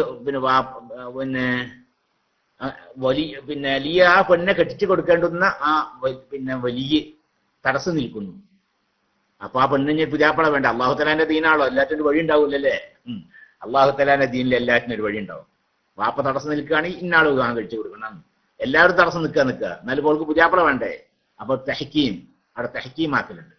കാലുണ്ടെങ്കിൽ കാലിക്ക് കെട്ടിച്ചു കൊടുക്കാം. ഇനി കാല് ഇല്ലെങ്കിൽ തെഹക്കീമാക്കാം. ഇനി കാല് ഉണ്ടായാലും തെഹക്കീമാക്കാൻ പറ്റുന്ന മസലയും ഉണ്ട്. അപ്പൊ ഏതായാലും തെഹക്കീമാക്കുക എന്ന് പറഞ്ഞാൽ എന്താണ്, പിന്നെ ഒരാളെ ഏൽപ്പിക്കുക. ഈ പെണ്ണും ആ പെണ്ണിനെ വിവാഹം കഴിക്കാൻ ഉദ്ദേശിക്കുന്ന ആളും, രണ്ടാളും ഒരാളെ ഏൽപ്പിക്കുക. എന്ത്, എനിക്ക് ഇവളെ നിക്കാഹ് ചെയ്ത് തരുന്ന വിഷയത്തിൽ നിങ്ങളെ ഞാൻ ഹാക്കിമാക്കി എന്ന് അവൻ പറയുക. ഇവളെ കെട്ടാൻ ഉദ്ദേശിക്കുന്ന ആള് എങ്ങനെ, എനിക്ക് ഇവളെ ഓളെ പേരൊക്കെ പറയാം, അല്ലെങ്കിൽ ഓളെ സന്നദ്ധ ഞാൻ അങ്ങനെ കാണിച്ചിട്ട് ഈ ഇരിക്കുന്ന വെള്ള നിക്കാഹ് ചെയ്തു തരാൻ നിങ്ങളെ ഞാൻ ഹാക്കിമാക്കി.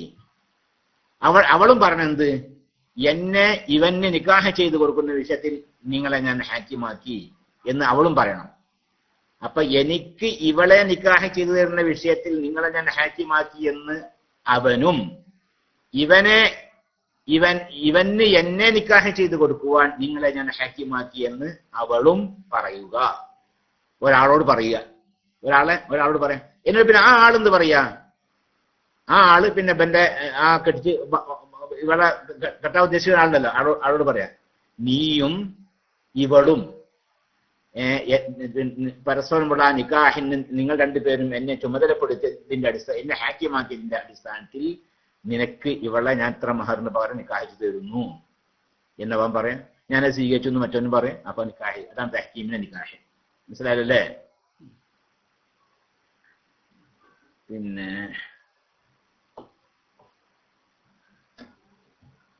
പിന്നെന്താണ് ചോദ്യം?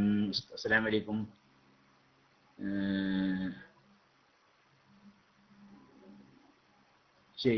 എന്താണ് ആക്ക് നിക്കാഹ് ചെയ്ത് കൊടുക്കൽ എന്നാൽ എന്താ ഉസ്താദ്?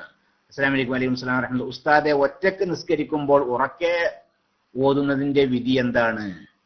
ഒറ്റക്ക് നിസ്കരിക്കുകയാണെങ്കിലും ഉറക്കെ ഓതൽ സുന്നത്താണ്. ഉറക്കെ ജഹരിയ നിസ്കാരമാണെങ്കിൽ ഉറക്കെ ഓതി നിസ്കരിക്കൽ സുന്നത്തായ നിസ്കാരമാണെങ്കിൽ ഒറ്റക്ക് നിസ്കരിക്കുമ്പോഴും ഉറക്കെ ഓതൽ സുന്നത്ത് തന്നെയാണ്. ഉദാഹരണം മഗ്രിബ്, ഇശ, സുബ്ഹി പോലെയുള്ള ജഹരിയായ നിസ്കാരങ്ങളാണ് ഉറക്കെ ഓതൽ സുന്നത്ത് നിസ്കാരമാണ്. അത് ഇമാമിന് മാത്രമല്ല, ഒറ്റക്ക് നിസ്കരിക്കുകയാണെങ്കിൽ അവർക്കും ഉറക്കെ ഓതൽ സുന്നത്താവുന്നു. പിന്നെ നിസ്കരിക്കുമ്പോൾ ഉറക്കെ. അസ്സലാമു അലൈക്കും. വലൈക്കും സ്സലാം വറഹ്മത്തുള്ളാഹി. ഉസ്താദെ, മുല കൊടുക്കുന്ന 2 കുട്ടികൾക്ക് വേണ്ടി നോമ്പ് ഖളാ ആയാൽ അത് വീട്ടുകയും മുദ്ദ് കൊടുക്കുകയും വേണമോ? എങ്ങനെയാണ് വിശദീകരിച്ചാലും? നല്ല ചോദ്യമാണല്ലേ, നല്ല ചോദ്യമാണ്. മുല കൊടുക്കുന്ന ഒരു സ്ത്രീക്ക് 2 കുട്ടികളുണ്ട്. 2 കുട്ടികളുണ്ടേ. ആ 2 കുട്ടികളുടെ പിന്നെ വിഷയത്തിലാണ് എന്ത് ചെയ്യണത്, പിന്നെ നോമ്പ് മുറിച്ചത്. അപ്പൊ അത് പിന്നെ ഫിദിയ കൊടുക്കണോ? എത്ര ഫിദിയ കൊടുക്കണം? ഫിദിയ കൊടുക്കണമെങ്കിൽ എത്ര ഫിദിയ? 2 കുട്ടികളുണ്ടല്ലോ അല്ലെ? ഈ ചോദ്യം നല്ല ചോദ്യമാണ്. എന്താണ് ആ ചോദ്യം വരാനുള്ള കാരണം കണ്ടോ? കാരണം ഒരു സ്ത്രീ പിന്നെ കുട്ടിക്ക് മുല കൊടുക്കുകയാണ്. കുട്ടിക്ക് മുല കൊടുക്കുന്ന സ്ത്രീയാണ്. ആ സ്ത്രീയുടെ ആരോഗ്യം കണക്കിലെടുത്തുകൊണ്ട് മാത്രമാണ് അവൾ നോമ്പ് മുറിച്ചത് എങ്കിൽ അവിടെ നോമ്പ് ഖളാ ഊറ്റിയാൽ മാത്രം മതി, ഫിദിയ കൊടുക്കണ്ട. മനസ്സിലായല്ലോ അല്ലേ? ആ സ്ത്രീയുടെ മുല കൊടുക്കുന്ന ആ സ്ത്രീയുടെ ആരോഗ്യം കണക്കിലെടുത്തുകൊണ്ട് മാത്രമാണ് ഓൾക്ക് വയ്യ, അതുകൊണ്ടാണ് അവൾ നോമ്പ് നോൽക്കാതിരുന്നത്. എന്നാൽ അവിടെ ഫിദിയ ഒന്നും കൊടുക്കണ്ട, അവിടെ ഖളാ ഊറ്റിയാൽ മാത്രം മതി. ഇനി അവളുടെ ആരോഗ്യം കണക്കിലെടുത്തുകൊണ്ടും കുട്ടിയുടെ ആരോഗ്യം കണക്കിലെടുത്തുകൊണ്ടും 2ഉം കൂടിയാണ്. എന്നാലും അവിടെ ഫിദിയ കൊടുക്കണ്ട, പിന്നെ അവിടെ നോമ്പ് ഖളാ ഊറ്റിയാൽ മാത്രം മതി. എന്നാൽ കുട്ടിയുടെ ആരോഗ്യം കണക്കിലെടുത്തുകൊണ്ട് മാത്രമാണ് അവൾ നോമ്പ് ഖളാ ആക്കിയത്. എന്നാൽ അവിടെ നോമ്പ് ഖളാ വീട്ടുകയും വേണം, ഫിദിയ കൊടുക്കുകയും വേണം. അതിന് കാരണം എന്താ പറഞ്ഞിട്ടുണ്ട, അവൾക്കും ആ കുട്ടിക്കും അതുകൊണ്ടൊരു സുഖം അനുഭവിക്കൽ ഉണ്ടായിട്ടുണ്ടെന്നുവ. അവൾക്കൊരു കാരണവും ഇല്ലാതെയല്ല, അവൾക്ക് പ്രത്യേക കാരണമൊന്നുമില്ല, അവൾക്ക് നോമ്പ് നോൽക്കാനൊക്കെ സാധിച്ചിരുന്നു. എന്നിട്ടും അവൾ എന്ത് ചെയ്യണം, നോമ്പ് നോൽക്കാതിരിക്കണം. അപ്പോൾ അവൾക്ക് സുഖം അനുഭവിക്കലുണ്ട് അവിടെ. പിന്നെ കുട്ടിക്ക് ഏതായാലും ആണെങ്കിലോ, കുട്ടിക്കും തന്നെ പിന്നെ ആരോഗ്യമുള്ള ഒരു സ്ത്രീന്റെ മുല പിടിക്കാൻ സാധിക്കുകയുള്ളൂ അല്ലേ. പട്ടിണിയൊന്നും കെടുക്കാത്ത വയറൊക്കെ നിറച്ച് നല്ലൊരു ഉമ്മാന്റെ മുല പിടിക്കാൻ സാധിക്കാൻ കുട്ടിക്കും. അവർ ആ മുലകുടി പിന്നെ അതുകൊണ്ട് ഈ സ്ത്രീ നോമ്പ് മുറിച്ചെ കൊണ്ട് രണ്ടാൾക്ക് അവിടെ സുഖം അനുഭവിച്ചിട്ടുണ്ട്. അതുകൊണ്ട് ഖളാ വീട്ടും വേണം, ഫിദിയ കൊടുക്കും വേണം എന്നാണ്, അതാ മസല.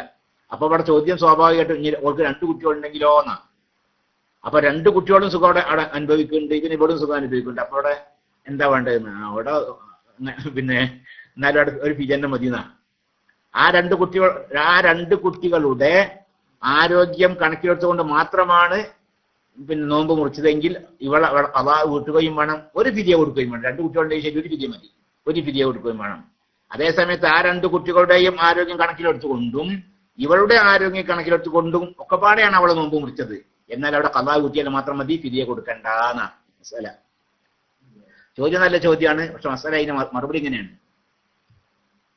പിന്നെ വീട്ടുകയും ഖാലൻ നാശിരിയു വലാ തതഅദ്ദദുൽ ഫിദിയതു ബിതഅദ്ദുദിൽ ഔലാദിർ റുളാഈന ഫിൽ അസഹി വലാ തതഅദ്ദദുൽ ഫിദിയതു ബിതഅദ്ദുദിൽ ഔലാദിർ റുളാഈ. മുല കൊടുക്കുന്ന കുട്ടികൾ ഒന്നിലധികം ഉണ്ടായി എന്ന് വിചാരിച്ച് ഫിദിയ ഒന്നിലധികം കൊടുക്കേണ്ടതില്ല. മനസ്സിലായല്ലോ? ഉസ്താദ് സിഹർ ബാധിക്കാതിരിക്കാൻ എന്തെങ്കിലും പ്രാർത്ഥനകളുണ്ടോ? പടച്ചോനെ, സിഹർ ബാധിക്കാതിരിക്കാനും എന്തെങ്കിലും പ്രാർത്ഥനകളുണ്ടോ? അത് കുറെ മുമ്പ് ആ ചോദ്യം വന്നിരുന്നു. സിഹർ ബാധിക്കാതിരിക്കാൻ എന്തെങ്കിലും പ്രാർത്ഥന ഉണ്ടോ? നമ്മളിപ്പോ അങ്ങനെ ഇതൊന്നും അറിയുന്ന ആളല്ല. ഈ തെൽസമാത്തിന്റെ ഇതൊക്കെ ഉണ്ടല്ലോ, അങ്ങനത്തെ ഒന്നും അറിയുന്ന ആളൊന്നല്ല നമ്മള്. പിന്നെ ഹദീസിന്റെ കിതാബുകളിലൊക്കെ ഇതുണ്ടോ അല്ലേ, ഏത് സൂറത്തുൽ ബഖറ, സൂറത്ത് ആലി ഇമ്രാൻ, ഇത് രണ്ടും പതിവാക്കുന്ന ആളുകൾ, അത് പതിവാക്കാൻ ധാരാളമായി ഓതുക. അവരെ സിഹർ ബാധിക്കൂല എന്ന് എവിടെ ഉണ്ടോ എന്നൊരു ചെറിയ സംശയം, ഉറപ്പ് പറയാൻ വയ്യ. സൂറത്തുൽ അതുണ്ട്, അങ്ങനെ ഉണ്ട് തന്നെ എനിക്ക് തോന്നുന്നത്. സൂറത്തുൽ ബഖറയും സൂറത്ത് ആലി ഇമ്രാനും ധാരാളം ഓതുക, പതിവാക്കുക എന്നല്ല, ധാരാളം ഓതുക. എന്നാൽ സിഹർ ബാധിച്ചിട്ടുണ്ടെങ്കിൽ ഏതൊക്കെ ബാത്തിലാകും.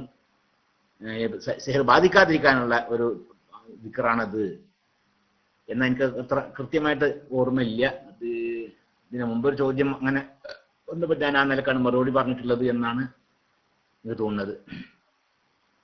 അതെ, അങ്ങനെ തന്നെ സൂറത്തുൽ ബഖറയും സൂറത്ത് ആലി ഇമ്രാനും ധാരാളമായി ഓതുക. പിന്നെ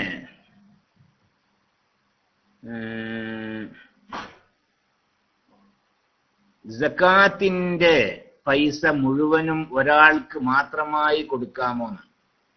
സക്കാത്തിന്റെ പൈസ ഫിത്ർ സക്കാത്താണെങ്കിൽ, പിന്നെ ഫിത്ർ സക്കാത്തിന്റെ മുതലിന്റെ സക്കാത്താണെങ്കിൽ ആ മുതലിന്റെ സക്കാത്ത്, ആ മുതലുള്ള മഹല്ലിൽ സക്കാത്തിന്റെ 8 അവകാശികളിൽ നിന്ന് ഏതൊക്കെ വിഭാഗമാണോ ഉള്ളത് എങ്കിൽ അവർ ഓരോ വിഭാഗത്തിനും സമമായി ഓഹരി ചെയ്യുകയും അതേസമയത്ത് ഓരോ വിഭാഗത്തിലെ വ്യക്തികൾക്ക് വ്യത്യസ്തമായി കൊടുക്കുകയും ചെയ്യാം എന്നാണ്.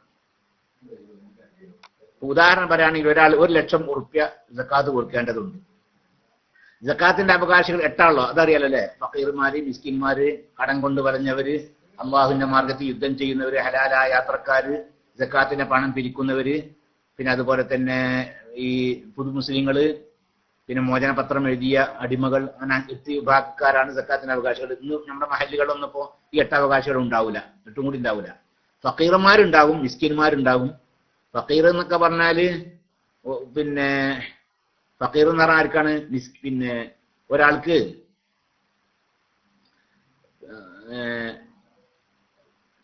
എന്താ ഫക്കീർ മിസ്കിൻ തമ്മിലുള്ള വ്യത്യാസം? പിന്നെ ജീവിക്കാൻ പ്രത്യേകമായ ജോലിയില്ല, വരുമാനമുണ്ട് പക്ഷെ തികയില്ല, അങ്ങനത്തെ ആള് ഫക്കീർ അല്ലേ? അല്ല, മിസ്കിൻ അങ്ങനത്തെ ആളാരാണ്?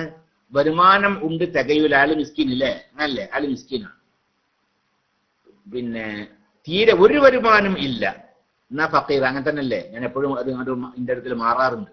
ഏതായാലും ശരി, ഫക്കീർ മിസ്കിൻ ഒന്ന് ഇതുമാണ് ഒന്ന് അതുമാണ്. ഒരു വരുമാനവും ഇല്ല, ഉണ്ടെങ്കിൽ തന്നെ കുഞ്ഞ് വരുമാനം ഉണ്ടെങ്കിൽ തന്നെ അതൊരു മൗക്കയിൽ വാക്കിയാവൂല, അതായത് അതൊന്നും തികയില്ല, ഒന്നിനും മതിയാവൂല. അങ്ങനത്തെ സ്ഥിതി. ഉദാഹരണം പറയാൻ, ഒരാൾക്ക് ഒരു മാസം ജീവിക്കണമെങ്കിൽ അയാളുടെ കുടുംബത്തിന് ഒരു മാസം ജീവിക്കണമെങ്കിൽ 10,000 റുപ്യ ആവശ്യം വിചാരിക്കുക. 10,000 രൂപ ആവശ്യമാണ് അയാളുടെയും അയാൾ ചെലവ് കൊടുക്കുന്ന നിർബന്ധമാരുടെയും ഒരു മാസം ചെലവിന്. അയാൾക്ക് ഒരു 500 റുപ്യ 1000 റുപ്യ കിട്ടുന്നുള്ളൂ, എന്നാലോ അപ്പൊ അയാൾ സക്കാത്തിന്റെ അവകാശിയാണ്. ഇനി മറ്റൊരു വിഭാഗം എന്താണ്, 10,000 രൂപ ആവശ്യമുണ്ട്, പക്ഷെ ഒരു 8,000 9,000 റുപ്യ കിട്ടുന്നുണ്ട്. ഒരു മാസത്തിൽ എല്ലാ മാസവും ഒരു 1,000-ന്റെയും 2,000-ന്റെയും കമ്മി വരുന്നുണ്ട്. അവരും സക്കാത്തിന്റെ അവകാശിയാണ്. അപ്പൊ അതാണ് ഫക്കീർമാരും മിസ്കിന്മാരും സക്കാത്തിന്റെ അവകാശികളാണ്. പിന്നെ ഹലാലായ ആവശ്യത്തിന് വേണ്ടി കടം വാങ്ങി അങ്ങനെ ആ കടം വീട്ടാൻ മാർഗമില്ല, അപ്പൊ അങ്ങനെയുള്ള കടക്കാർ അവർ സക്കാത്തിന്റെ അവകാശികളാണ്. പിന്നെ പുതുതായിട്ട് ഇസ്ലാമിലേക്ക് കടന്നു വന്ന കൂട്ടരാണ്. അപ്പൊ ഇങ്ങനെ 3-4 തരം ആളുകളെ ഇന്ന് നമ്മുടെ നാട്ടിൽ സക്കാത്തിന്റെ അവകാശികളായിട്ടുള്ളൂ. പിന്നെ അള്ളാഹിന്റെ മാർഗത്തിൽ യുദ്ധം ചെയ്യുക, പിന്നെ ഇസ്ലാമിക ഗവൺമെന്റ് സക്കാത്ത് പിരിച്ചെടുത്ത് അവകാശികൾക്ക് ഏൽപ്പിച്ചു കൊടുക്കാൻ വേണ്ടി നിയോഗിച്ച ഉദ്യോഗസ്ഥർ, അന്നിപ്പോ നമ്മുടെ നാട്ടിലല്ലോ. അപ്പൊ ഇങ്ങനെ ഒരു മഹലിൽ അപ്പൊ ഫക്കീർമാരുണ്ട്, മിസ്കിന്മാരുണ്ട്, പിന്നെ ആരാണ്, കടം കൊണ്ട് വരഞ്ഞവരുണ്ട്, മുസ്ലിങ്ങളുണ്ട് വിചാരിക്കുക. ഇയാളാണ് 20 ലക്ഷം റുപ്യാണ് ഇയാൾ സക്കാത്ത് കൊടുക്കേണ്ടത് എന്ന് വിചാരിക്കുക. എന്നാൽ അവിടെ ആരുണ്ട്, ഫക്കീർമാർക്ക് 25,000 നീക്കിവെക്കണം, മിസ്കിന്മാർക്കും 25,000 നീക്കിവെക്കണം, കടം കൊണ്ട് വലഞ്ഞവർക്കും 25,000 നീക്കിവെക്കണം, പുതുമുസ്ലിങ്ങൾക്കും 25,000 നീക്കിവെക്കണം. അപ്പൊ മഹല്ലിൽ ഉള്ള സക്കാത്തിന്റെ 8 വിഭാഗങ്ങളിൽ എത്ര വിഭാഗമാണോ ഉള്ളത്, ഓരോ വിഭാഗത്തിനും സമമായി നീക്കി വെക്കണം. പക്ഷെ ഒരു വിഭാഗത്തിൽ തന്നെ കുറെ ആളുകൾ ഉണ്ടാവും, ഫക്കീർമാരൻ ആ മഹലിൽ കുറെ ഉണ്ടാവും.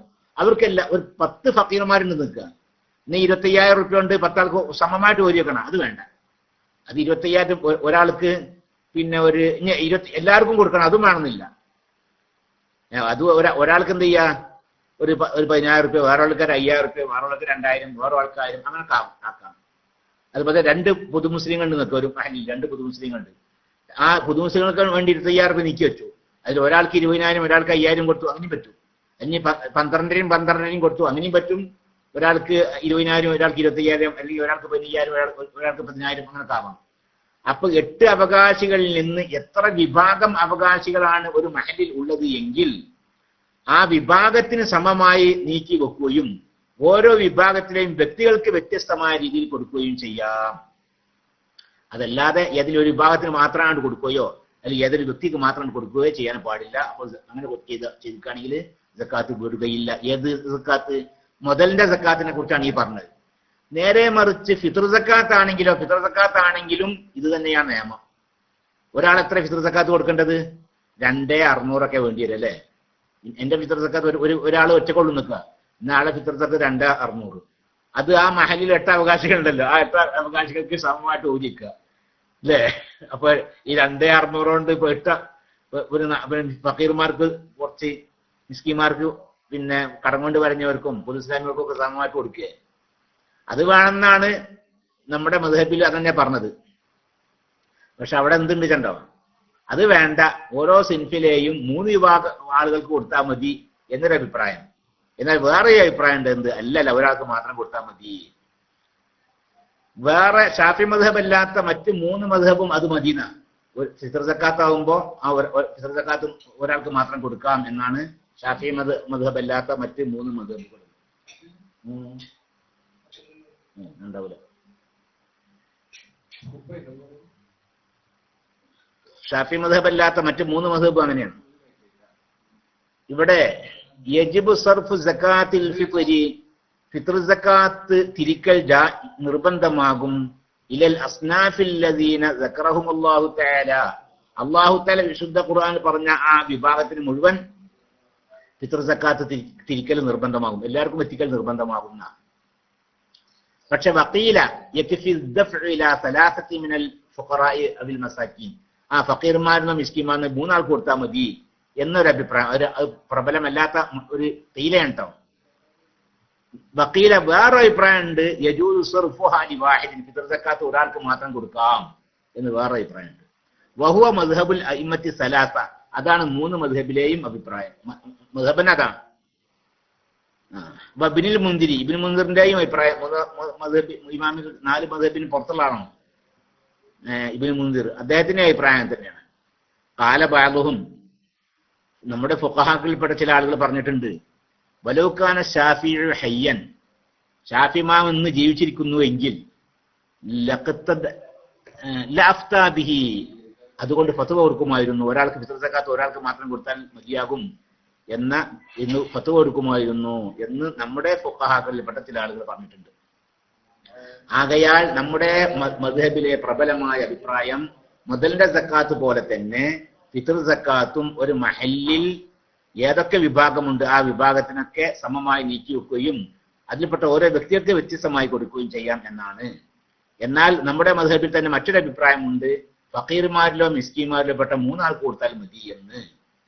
എന്നാൽ വേറൊരു അഭിപ്രായം വളരെ നമ്മുടെ മദ്ഹബിൽ ഉണ്ട്, ഒരാൾക്ക് കൊടുത്താൽ മതി എന്ന് നമ്മുടെ മദ്ഹബിൽ തന്നെ ഒരു അഭിപ്രായം ഉണ്ട്. ആ അഭിപ്രായമാകുന്നു മറ്റു 3 മദ്ഹബിനും ഉള്ളത്. അത് മറ്റു 3 മദ്ഹബിലെ പ്രബലമായ അഭിപ്രായം തന്നെ അതാണ്. നമ്മുടെ മദ്ഹബിലെ ലഈഫായ അഭിപ്രായമാണ് അത്. ആകയാൽ അതപ്പോ സംബന്ധിച്ച് പറയാനുള്ളത് ഇപ്പൊ അതാണ്. നേരെ മറിച്ച് മുതലിന്റെ സക്കാത്താകുമ്പോൾ അങ്ങനെ പോരാ, ഞാൻ നേരത്തെ പറഞ്ഞതുപോലെ തന്നെ എല്ലാവർക്കും എത്തിക്കുകയും വേണം. അസ്സലാമു അലൈക്കും. വലൈക്കും അസ്സലാം വറഹ്മത്തുള്ളാഹി. സഹോദരിമാരോട് പറയാനുള്ളത്, നിങ്ങൾക്ക് പോകാൻ നേരേക്ക് നിങ്ങൾ പോയിക്കോട്ടാ. സഹോദരിമാർ അവിടെ ഇത് കേൾക്കണമെങ്കിൽ അവിടെ ഇരുന്നോളി, ഇരിക്കൽ നിർബന്ധമില്ല. നിങ്ങൾക്ക് പോകണമെങ്കിൽ പോകും ചെയ്തോളി. നിങ്ങൾ പോയാലും കേൾക്കാൻ വേറെ ആളുകളുണ്ട് എന്നർത്ഥം. ക്ലാസ് റൂമിലൂടെ റേഡിയോയിലൂടെ ഒക്കെ കേൾക്കാൻ ആളുകളുണ്ട്. ഞാൻ ഈ സംസാരിക്കുന്നത് വെറുതെ ആവൂലാന്ന്.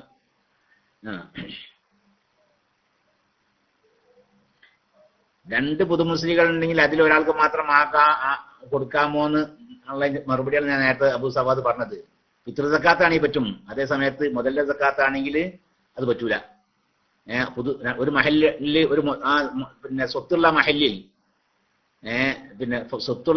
2 പുതുമുസ്ലിങ്ങൾ ഉണ്ടെങ്കിൽ ആ പുതുമുസ്ലിങ്ങൾക്ക് നീക്കി വെക്കുന്നത് സമമായിട്ടാവണം. പക്ഷെ അതിൽപ്പെട്ട 2 ആൾക്ക് ഒരേ പോലെ കൊടുത്തോളുന്നില്ല.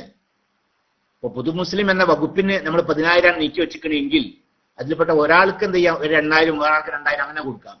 പക്ഷെ ഓരോ വിഭാഗത്ത് നീക്കി വെക്കുന്നത് ഒരുപോലെ ആയിരിക്കണം. ഉദാഹരണം, 40,000 രൂപയാണ് ഒരാൾ സക്കാത്ത് ആയ കൊടുക്കേണ്ടത് നിൽക്കുക. അപ്പോൾ ഫക്കീർമാർക്ക് 10,000, മിസ്കീനിന് 10,000, പുതുമുസ്ലിമിന് 10,000, കടം കൊണ്ട് വലഞ്ഞവർക്ക് 10,000. ഈ രീതിയിൽ ഓരോ വിഭാഗത്തിനും സമമായി നീക്കി വെക്കണം. എന്നാൽ കടം കൊണ്ട് വലഞ്ഞ ആൾക്കാർ 3 ആൾക്കാരാണെന്ന് വിചാരിക്കുക. എന്നാൽ 3 ആൾക്കും ഒരേപോലെ കൊടുക്കണം. വേണ്ട, ഈ 10,000 ഒരാൾക്ക് 5,000 കൊടുത്തു, ഒരാൾക്ക് 3,000 കൊടുത്തപ്പോൾ 8,000, വേറൊരാൾക്ക് 2,000 കൊടുത്തപ്പോൾ 10,000, അങ്ങനെ കൊടുക്കാം. വ്യക്തികൾക്ക് വ്യത്യസ്തമായ രീതിയിൽ കൊടുക്കാമെങ്കിലും വിഭാഗത്തിന് സമമായിട്ട് നീക്കി വെക്കണം എന്നർത്ഥം. പിന്നെ അസ്സലാമു അലൈക്കും. വലൈക്കും അസ്സലാം വറഹ്മത്തുള്ളാഹി. ഉസ്താദെ, അകന്ന ബന്ധുവിന് ഉംറ ചെയ്യാൻ പറ്റുമോ? മരിച്ച ആളാണ്. പിന്നെ അകന്ന ബന്ധുവിന് ഉംറയൊക്കെ ചെയ്യാം. അകന്ന് ഉംറ ആർക്കും ചെയ്യാം. ഏത് മരിച്ച ആളാണ് അയാൾ ജീവിതകാലത്ത് ഉംറ ചെയ്യാത്ത ആളാണ്. എന്നാൽ അയാൾക്ക് പകരമായിട്ട് ആർക്കും ഉംറ ചെയ്യാം. ഇനി കുടുംബക്കാർക്കും ചെയ്യാം, അകന്ന കുടുംബക്കാർക്കും ചെയ്യാം. ഇനി ഒരു കുടുംബം ഇല്ലാത്ത ഒരാളാണെന്ന് അവർക്കും ചെയ്യാം, ആർക്കും ചെയ്യാവുന്നതാണ്.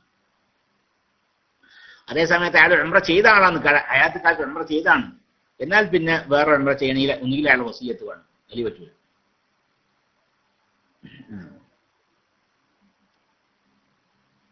പിന്നെന്താണ്, ആ സ്ത്രീ ആണെങ്കിലും ശരി, സ്ത്രീ ആണെങ്കിലും തിരക്കൊന്നുമില്ല. പക്ഷെ സ്ത്രീ ആണെങ്കിലുള്ള വിഷയം, പിന്നെ സ്ത്രീക്ക് പോകണമെങ്കിൽ, ഹജ്ജിനും ഉംറയ്ക്കൊക്കെ പോകണമെങ്കിൽ അവളുടെ കൂടെ അവളുടെ മഹറം, അവൾ തൊട്ടാൽ ഒന്നും മുറിയാത്ത പുരുഷനോ അതല്ലെങ്കിൽ അവളുടെ ഭർത്താവോ വേണം. അവൾക്ക് നിർബന്ധമായതാണ് എങ്കിൽ, എന്നുവെച്ചാൽ അവൾക്ക് മുമ്പ് ഹജ്ജ് ചെയ്യാത്ത ആളാണ്, ഉംറ ചെയ്യാത്ത ആളാണ്. എന്നാൽ ആ നിർബന്ധമായ ഹജ്ജ് ഉംറയ്ക്കാണ്. എന്നാൽ മറ്റ് സിഖത്തുകളായ സ്ത്രീകളുടെ കൂടെ പോവാം. അതല്ലെങ്കിൽ പിന്നെന്താ, ഭർത്താവോ അതല്ലെങ്കിൽ തൊട്ടാൽ മുറിയാത്ത പുരുഷനോ വേണം കൂടെ.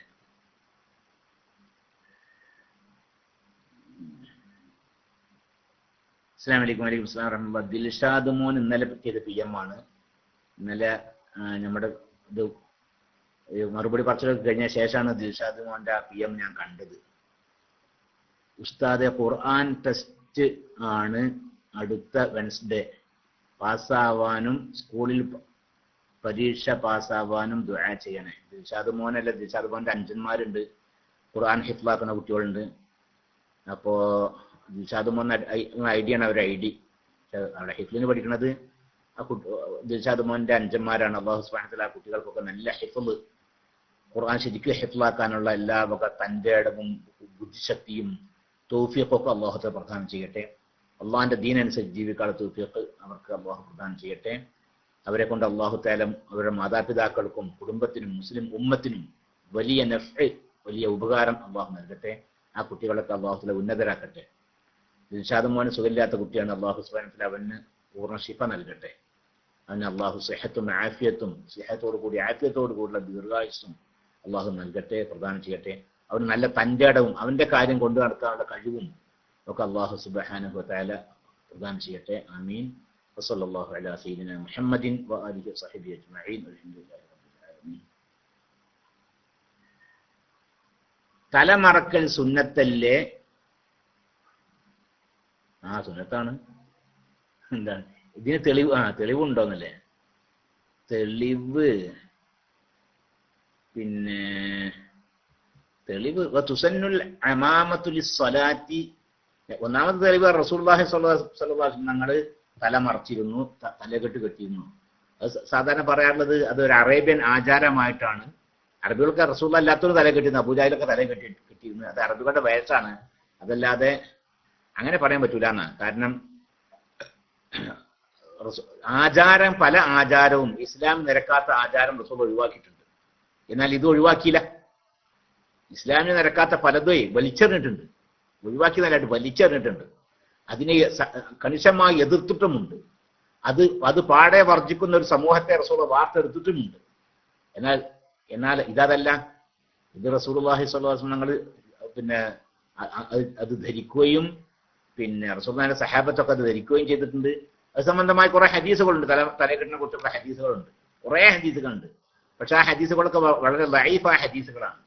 പക്ഷെ ഒരു വിഷയത്തിൽ ലൈഫായ ഹദീസ് പല തരീഖുകൾ കൂടി വന്നു നിൽക്കുക, എന്നാൽ അതിന്റെ ലൈഫ് ഇല്ലാതാവുന്ന കുറെ ഹദീസുകളുണ്ട്. ആ ഹദീസുകളൊക്കെ ലൈഫ, പല തരീഖുകൾ കൂടി വന്നിട്ടുണ്ട്. എല്ലാ തരീഖുകൾ കൂടി വന്നതും ലൈഫാണ് നിൽക്കുക. എന്നാൽ അത് ലൈഫ്, അതിന്റെ ലൈഫ് പോകും, എന്നിട്ട് ഹസനായ ഹദീസായി മാറുന്ന, അത് ഹസൻ എന്ന ആ മർത്തബയിലേക്ക് അത് ഉയരും. അപ്പൊ ഹദീസ് അപ്പൊ അങ്ങനെയാണ്. തുസന്നുൽ അമാമത്തുൽ സ്വലാത്തി, നിസ്കരിക്കാൻ വേണ്ടി തലകെട്ട് കെട്ടൽ സുന്നത്താക്കപ്പെടും.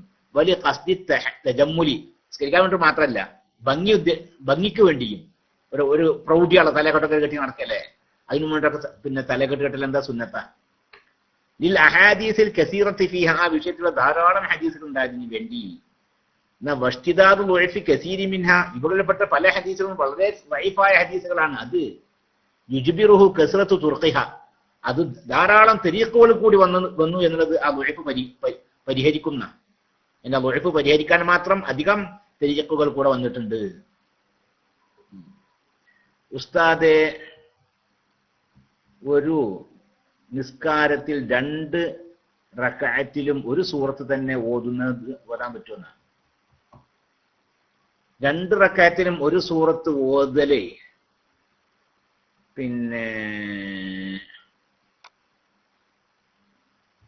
അസുൽ സുന്നത്ത് കിട്ടുന്ന, അസുൽ സുന്നത്ത് 2 റക്അത്തിലും വേറെ വേറെ ഹദീസ് സൂറത്ത് ഓതലാണ് സുന്നത്ത്. ഇനി വേറെ സൂറത്തുകൾ നമുക്ക് അറിയില്ല, എന്നാൽ ഈ ഒരു സൂറത്തെ അറിയുള്ളൂ. എന്നാൽ 2 റക്അത്തിലും ആ സൂറത്ത് ഓതിയാൽ അസുൽ സുന്നത്ത് അതുകൊണ്ട് ലഭിക്കും. അതായത് സൂറത്ത് ഓതിയ ആ ചെറിയ കൂലുണ്ടല്ലോ, അത് ലഭിക്കും. പിന്നെ വേറെ വേറെ ഓതിയില്ല എന്നത് ആ പ്രതിഫലം മാത്രമേ ലഭിക്കാതിരിക്കുള്ളൂ. വേറെ വേറെ ഓതിയന്റെ ആ പ്രതിഫലം മാത്രമേ ലഭിക്കാതിരിക്കുള്ളൂ. അസുൽ സുന്നത്ത് അതുകൊണ്ട് ലഭിക്കുന്നതാണ്. വയുസന്നു, സുന്നത്താക്കപ്പെടും ഫി സിരിയത്തിൻ വജഹിരിയത്തിൻ, ഉറക്കെ ഓതുന്ന നിസ്കാരത്തിനും പതുക്കെ ഓതുന്ന നിസ്കാരത്തിലും ഒക്കെ സുന്നത്താക്കപ്പെടും. ലി ഇമാമിൻ വ മുൻഫരിദിൻ, ഒറ്റക്ക് നിസ്കരിക്കുന്നവർക്കും ഇമാമിനൊക്കെ സുന്നത്താക്കപ്പെടും. അതുപോലെ തന്നെ ഇമാം ഓതുന്ന കേൾക്കാത്ത മൗമൂം അവനും സുന്നത്താക്കപ്പെടും. സൂറത്തുൻ ബഅദൽ ഫാത്തിഹത്തി, ഫാത്തിഹയ്ക്ക് ശേഷം ഒരു സൂറത്ത്. ഫീ ഗൈരി സ്വലാത്തി ഫാഖിദി തഹൂറൈനി, ഫാഖിദ് തഹൂറൈന്റെ നിസ്കാരത്തിൽ ഒഴികെ. ഫാഖിദ് തഹൂറൈന്റെ നിസ്കാരം എന്റെ ഉപ്പാക്ക് സുഖമില്ലാതെ എടുക്കുന്ന സമയത്ത് ഞാൻ ഇറക്കാൻ ആലോചിക്കണ്ടേ, ഒരു മൂല്യര് വന്നപ്പോ ഇപ്പൊ ചോദിച്ചു ഫാഖിദ് തഹൂറിന്റെ നിസ്കാരം ഒന്ന് വിവരിച്ചാണീന്നാണ്. ഫാഖിദ് തഹൂറൈനി എന്ന് പറഞ്ഞാല് വലിയ ശുദ്ധി ഉണ്ട്, അതിനെ തൊട്ട് ശുദ്ധിയാക്കാനും മാർഗമില്ല. ചെറിയ ശുദ്ധി ഉണ്ട്, അതിനെ തൊട്ട് ശുദ്ധിയാക്കാനും മാർഗമില്ല. ആ വലിയ ശുദ്ധിയും ചെറിയ ശുദ്ധിയും കൂടിയും ഉണ്ട്. അതോടുകൂടിയുള്ള നിസ്കാരം, അതിനെക്കുറിച്ച് പിന്നെ ഒന്ന് വിവരിച്ചാണീന്നാണ്. ആള് വലിയ വളവൻ മൂല്യരാണ്. മൂപ്പര് പറഞ്ഞത് ഞാന് ഒക്കെ നോക്കിയിട്ട് കണ്ട് കുട്ടികൾക്ക് വിളിച്ചു പറയാറുണ്ട് മൂപ്പർക്ക്. അപ്പോ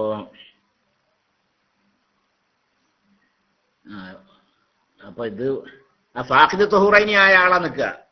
ആ ആൾക്ക് എന്ത് പറ്റുകയില്ല, നിസ്കാരത്തിൽ സൂറത്ത് ഓതാൻ പറ്റൂല. സൂറത്ത് ഓതാൻ പറ്റൂല.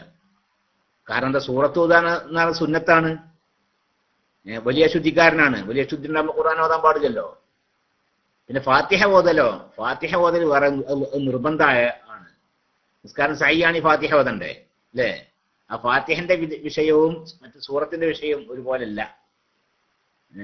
അപ്പൊ ഫാഖിദ് തഹൂറൈനി അല്ലാത്ത ആളുടെ നിസ്കാരം, അത് ഒറ്റക്ക് നിസ്കരിക്കുന്ന ആളാവട്ടെ, ഇമാം ആവട്ടെ, അല്ലെങ്കിൽ ഇമാമിന്റെ ഓത്ത് കേൾക്കാത്ത മഅ്മൂം ആവട്ടെ, ഫാത്തിഹയ്ക്ക് ശേഷം സുന്നത്ത് സൂറത്ത് ഓതൽ സുന്നത്താണ്. മൈസ്കാറ്റിൽ ഒഴികെയും. മൈസ്കാറ്റ് സൂറത്ത് ഓതൽ സുന്നത്തില്ല. കാരണം മൈസ്കാറ്റിൽ സുന്നത്ത് സൂറത്ത് ഓതൽ കറാഹത്ത. അത് മനസ്സിലാക്കണം കേട്ടോ. മൈസ്കാറ്റിലെ ഫാത്തിഹ മാത്രമാണല്ലോ. സൂറത്ത് ഓതലോ, സൂറത്ത് ഓതൽ സുന്നത്തില്ല എന്ന് മാത്രമല്ല, ഓതൽ കറാഹത്ത് കൂടിയാണ്. അപ്പൊ ഇങ്ങനെ ഈ ഉള്ള ആളുകൾക്കൊക്കെ ഫാത്തിഹയ്ക്ക് ശേഷം സൂറത്ത് ഓതൽ സുന്നത്താണ്. അസുലു സുന്നത്തിഹ, അസുലു സുന്നത്ത് കരസ്ഥമാകും ബി ആയത്തിന്, ഒരു ആയത്ത് ഓതി നിൽക്കുന്നാല്. ബൽ ബി ബാഗിഹ എന്ന് മാത്രമല്ല, ഒരായത്തിന്റെ അല്പം അതൊരു ഫായിദ പൂർത്തിയാവുന്ന രീതിയിലുള്ളതാണ് എങ്കിൽ, ഒരു സമ്പൂർണമായ അർത്ഥം ഉൾക്കൊള്ളുന്ന ആണ് എങ്കിൽ, ഒരായത്ത് തന്നെ വേണമെന്നില്ല, ഒരായത്തിന്റെ കുറച്ച് ഭാഗമായാലും ശരി ഓതിയാൽ അസുലു സുന്നത്തിന്റെ കൂലി ലഭിക്കും. വൽ അഫ്ളു സലാസുൻ, ഏറ്റവും ശ്രേഷ്ഠത 3 ആയത്ത് ഓതലാണ്. സൂറത്തുൻ കാമിലത്തുൻ അഫ്ളു മിൻ ബഅദി തബീലത്തിൻ, ഒരു ദീർഘമായ സൂറത്തിന്റെ അല്പം ഓതുന്നതിനേക്കാളും ഏറ്റവും നല്ലത് ചെറിയതാണെങ്കിലും ശരി ഒരു സൂറത്ത് പൂർണ്ണമായും ഓതലാണ്. മനസ്സിലായല്ലോ? വലിയ സൂറത്തിൽ നിന്ന് കുറച്ച് ആയത്തുകൾ ഓതുന്നതിനേക്കാളും നല്ലത് എന്താണ്? ചെറിയതാണെങ്കിലും ശരി ഒരു സൂറത്ത് പൂർണ്ണമായും ഓതലാണ്. അതെ, ബിസ്മി മാത്രം ഓതിയാൽ അസ്ലു സുന്നത്ത് കിട്ടും. കാരണം ബിസ്മി എന്താണ്, ഒരു ആയത്താണ്.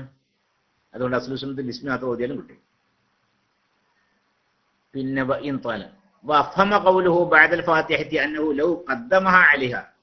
ഫാത്തിഹയ്ക്ക് ശേഷമാണ് സൂറത്ത് ഓതേണ്ടത്. ഇനി ഒരാൾ എന്ത് ചെയ്ത് ഫാത്തിഹന്റെ മുമ്പായിട്ട് സൂറത്ത് ഓതി നിൽക്കുക, എന്നാൽ അത് കൊണ്ട് ആ സുന്നത്ത് പൂർത്തിയാവുകയില്ല.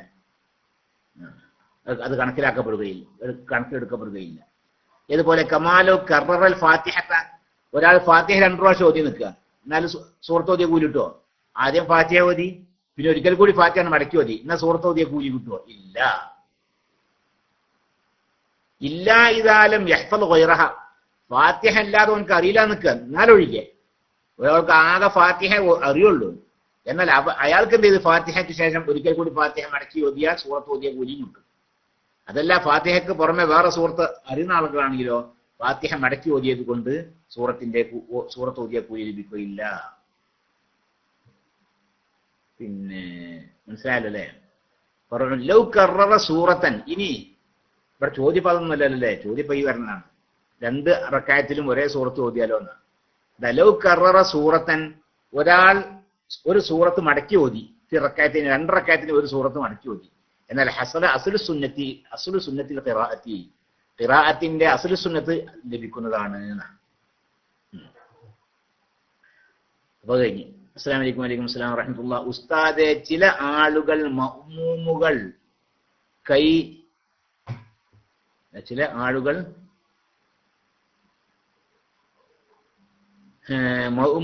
കൈ ഇമാമിന്റെ ഒപ്പമോ അത് ശരി അല്ല, ചില ആളുകൾ മഅ്മൂമുകൾ, അത് ശരി, അത് ബദലാണത്.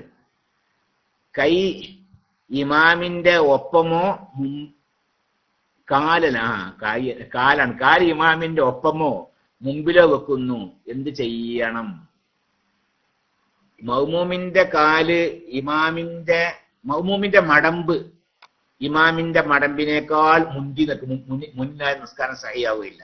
ആ തുടർച്ച സഹിയാവുകയില്ല, നിസ്കാരം സഹിയാവുകയില്ല. മഅ്മൂമിന്റെ മടമ്പും കാലുണ്ടല്ലോ, കാലിന്റെ പിൻവശം മടമ്പ്, അത് ഇമാമിന്റെ മടമ്പിനേക്കാൾ മുമ്പിലാണ് നിൽക്കുക. എന്നാൽ നിസ്കാരം സഹിയാവുകയില്ല. ഇമാമിന്റെയും മഅ്മൂമിന്റെയും കാല് ഒപ്പാണ്, മടമ്പും കാലം ഒപ്പാണ്. എന്നാൽ നിസ്കാരം സഹിയാകും. പക്ഷെ അങ്ങനെ നിസ്കരിക്കൽ കറാഹത്താ. അപ്പൊ ജമാഅത്തിന്റെ കൂലി കിട്ടൂല എന്നാണ്. ജമാഅത്തിനോട് അനുബന്ധിച്ച കറാഹത്താണത്. അപ്പൊ അതുകൊണ്ട് ജമാഅത്തിന്റെ കൂലി കിട്ടില്ല, നിസ്കാരമൊക്കെ സഹിയാകും. എന്നാൽ സുന്നത്ത് എന്താണ്? സുന്നത്ത് ഇമാമിന്റെ പിന്നിൽ, അല്പം പിന്നിലായിട്ട് നിൽക്കുക.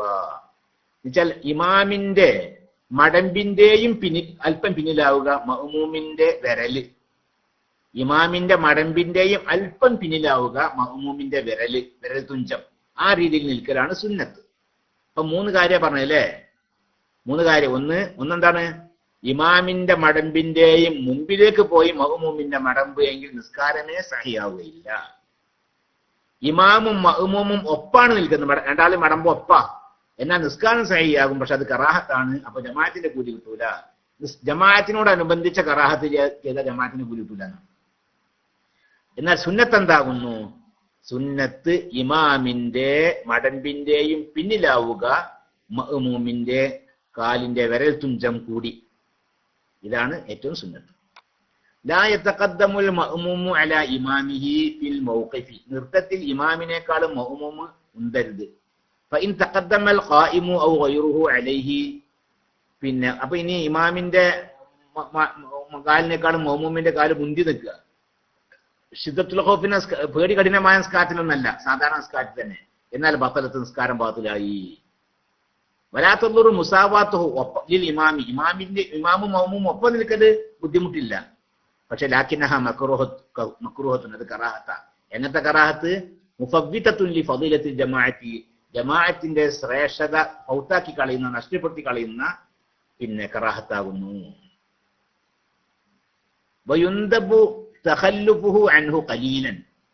ഇമാമിന്റെ അല്പം പിന്നിലായിട്ട് മഅ്മൂം നിൽക്കുക. ഇതാണ് സുന്നത്ത്. അതെങ്ങനെ? ബിഅൻ തതഅഖറ അസാബിഉഹു. മഅ്മൂമിന്റെ വിരലുകൾ പിന്തൽ കൊണ്ട് അൻ അഖിബി ഇമാമിഹി. ഇമാമിന്റെ മടമ്പിനെ തൊട്ട്. അപ്പൊ ഇമാമിന്റെ മടമ്പിന്റെയും പിന്നിലാവുക മഅ്മൂമിങ്ങളുടെ കാലിന്റെ വിരലുകൾ. ഈ രീതിയിൽ നിൽക്കലാണ് സുന്നത്ത്. അസ്സലാമു അലൈക്കും. വലൈക്കും സലാം വറഹ്മത്തുള്ളാഹി. അതും കൂടെ ഉള്ളൂ.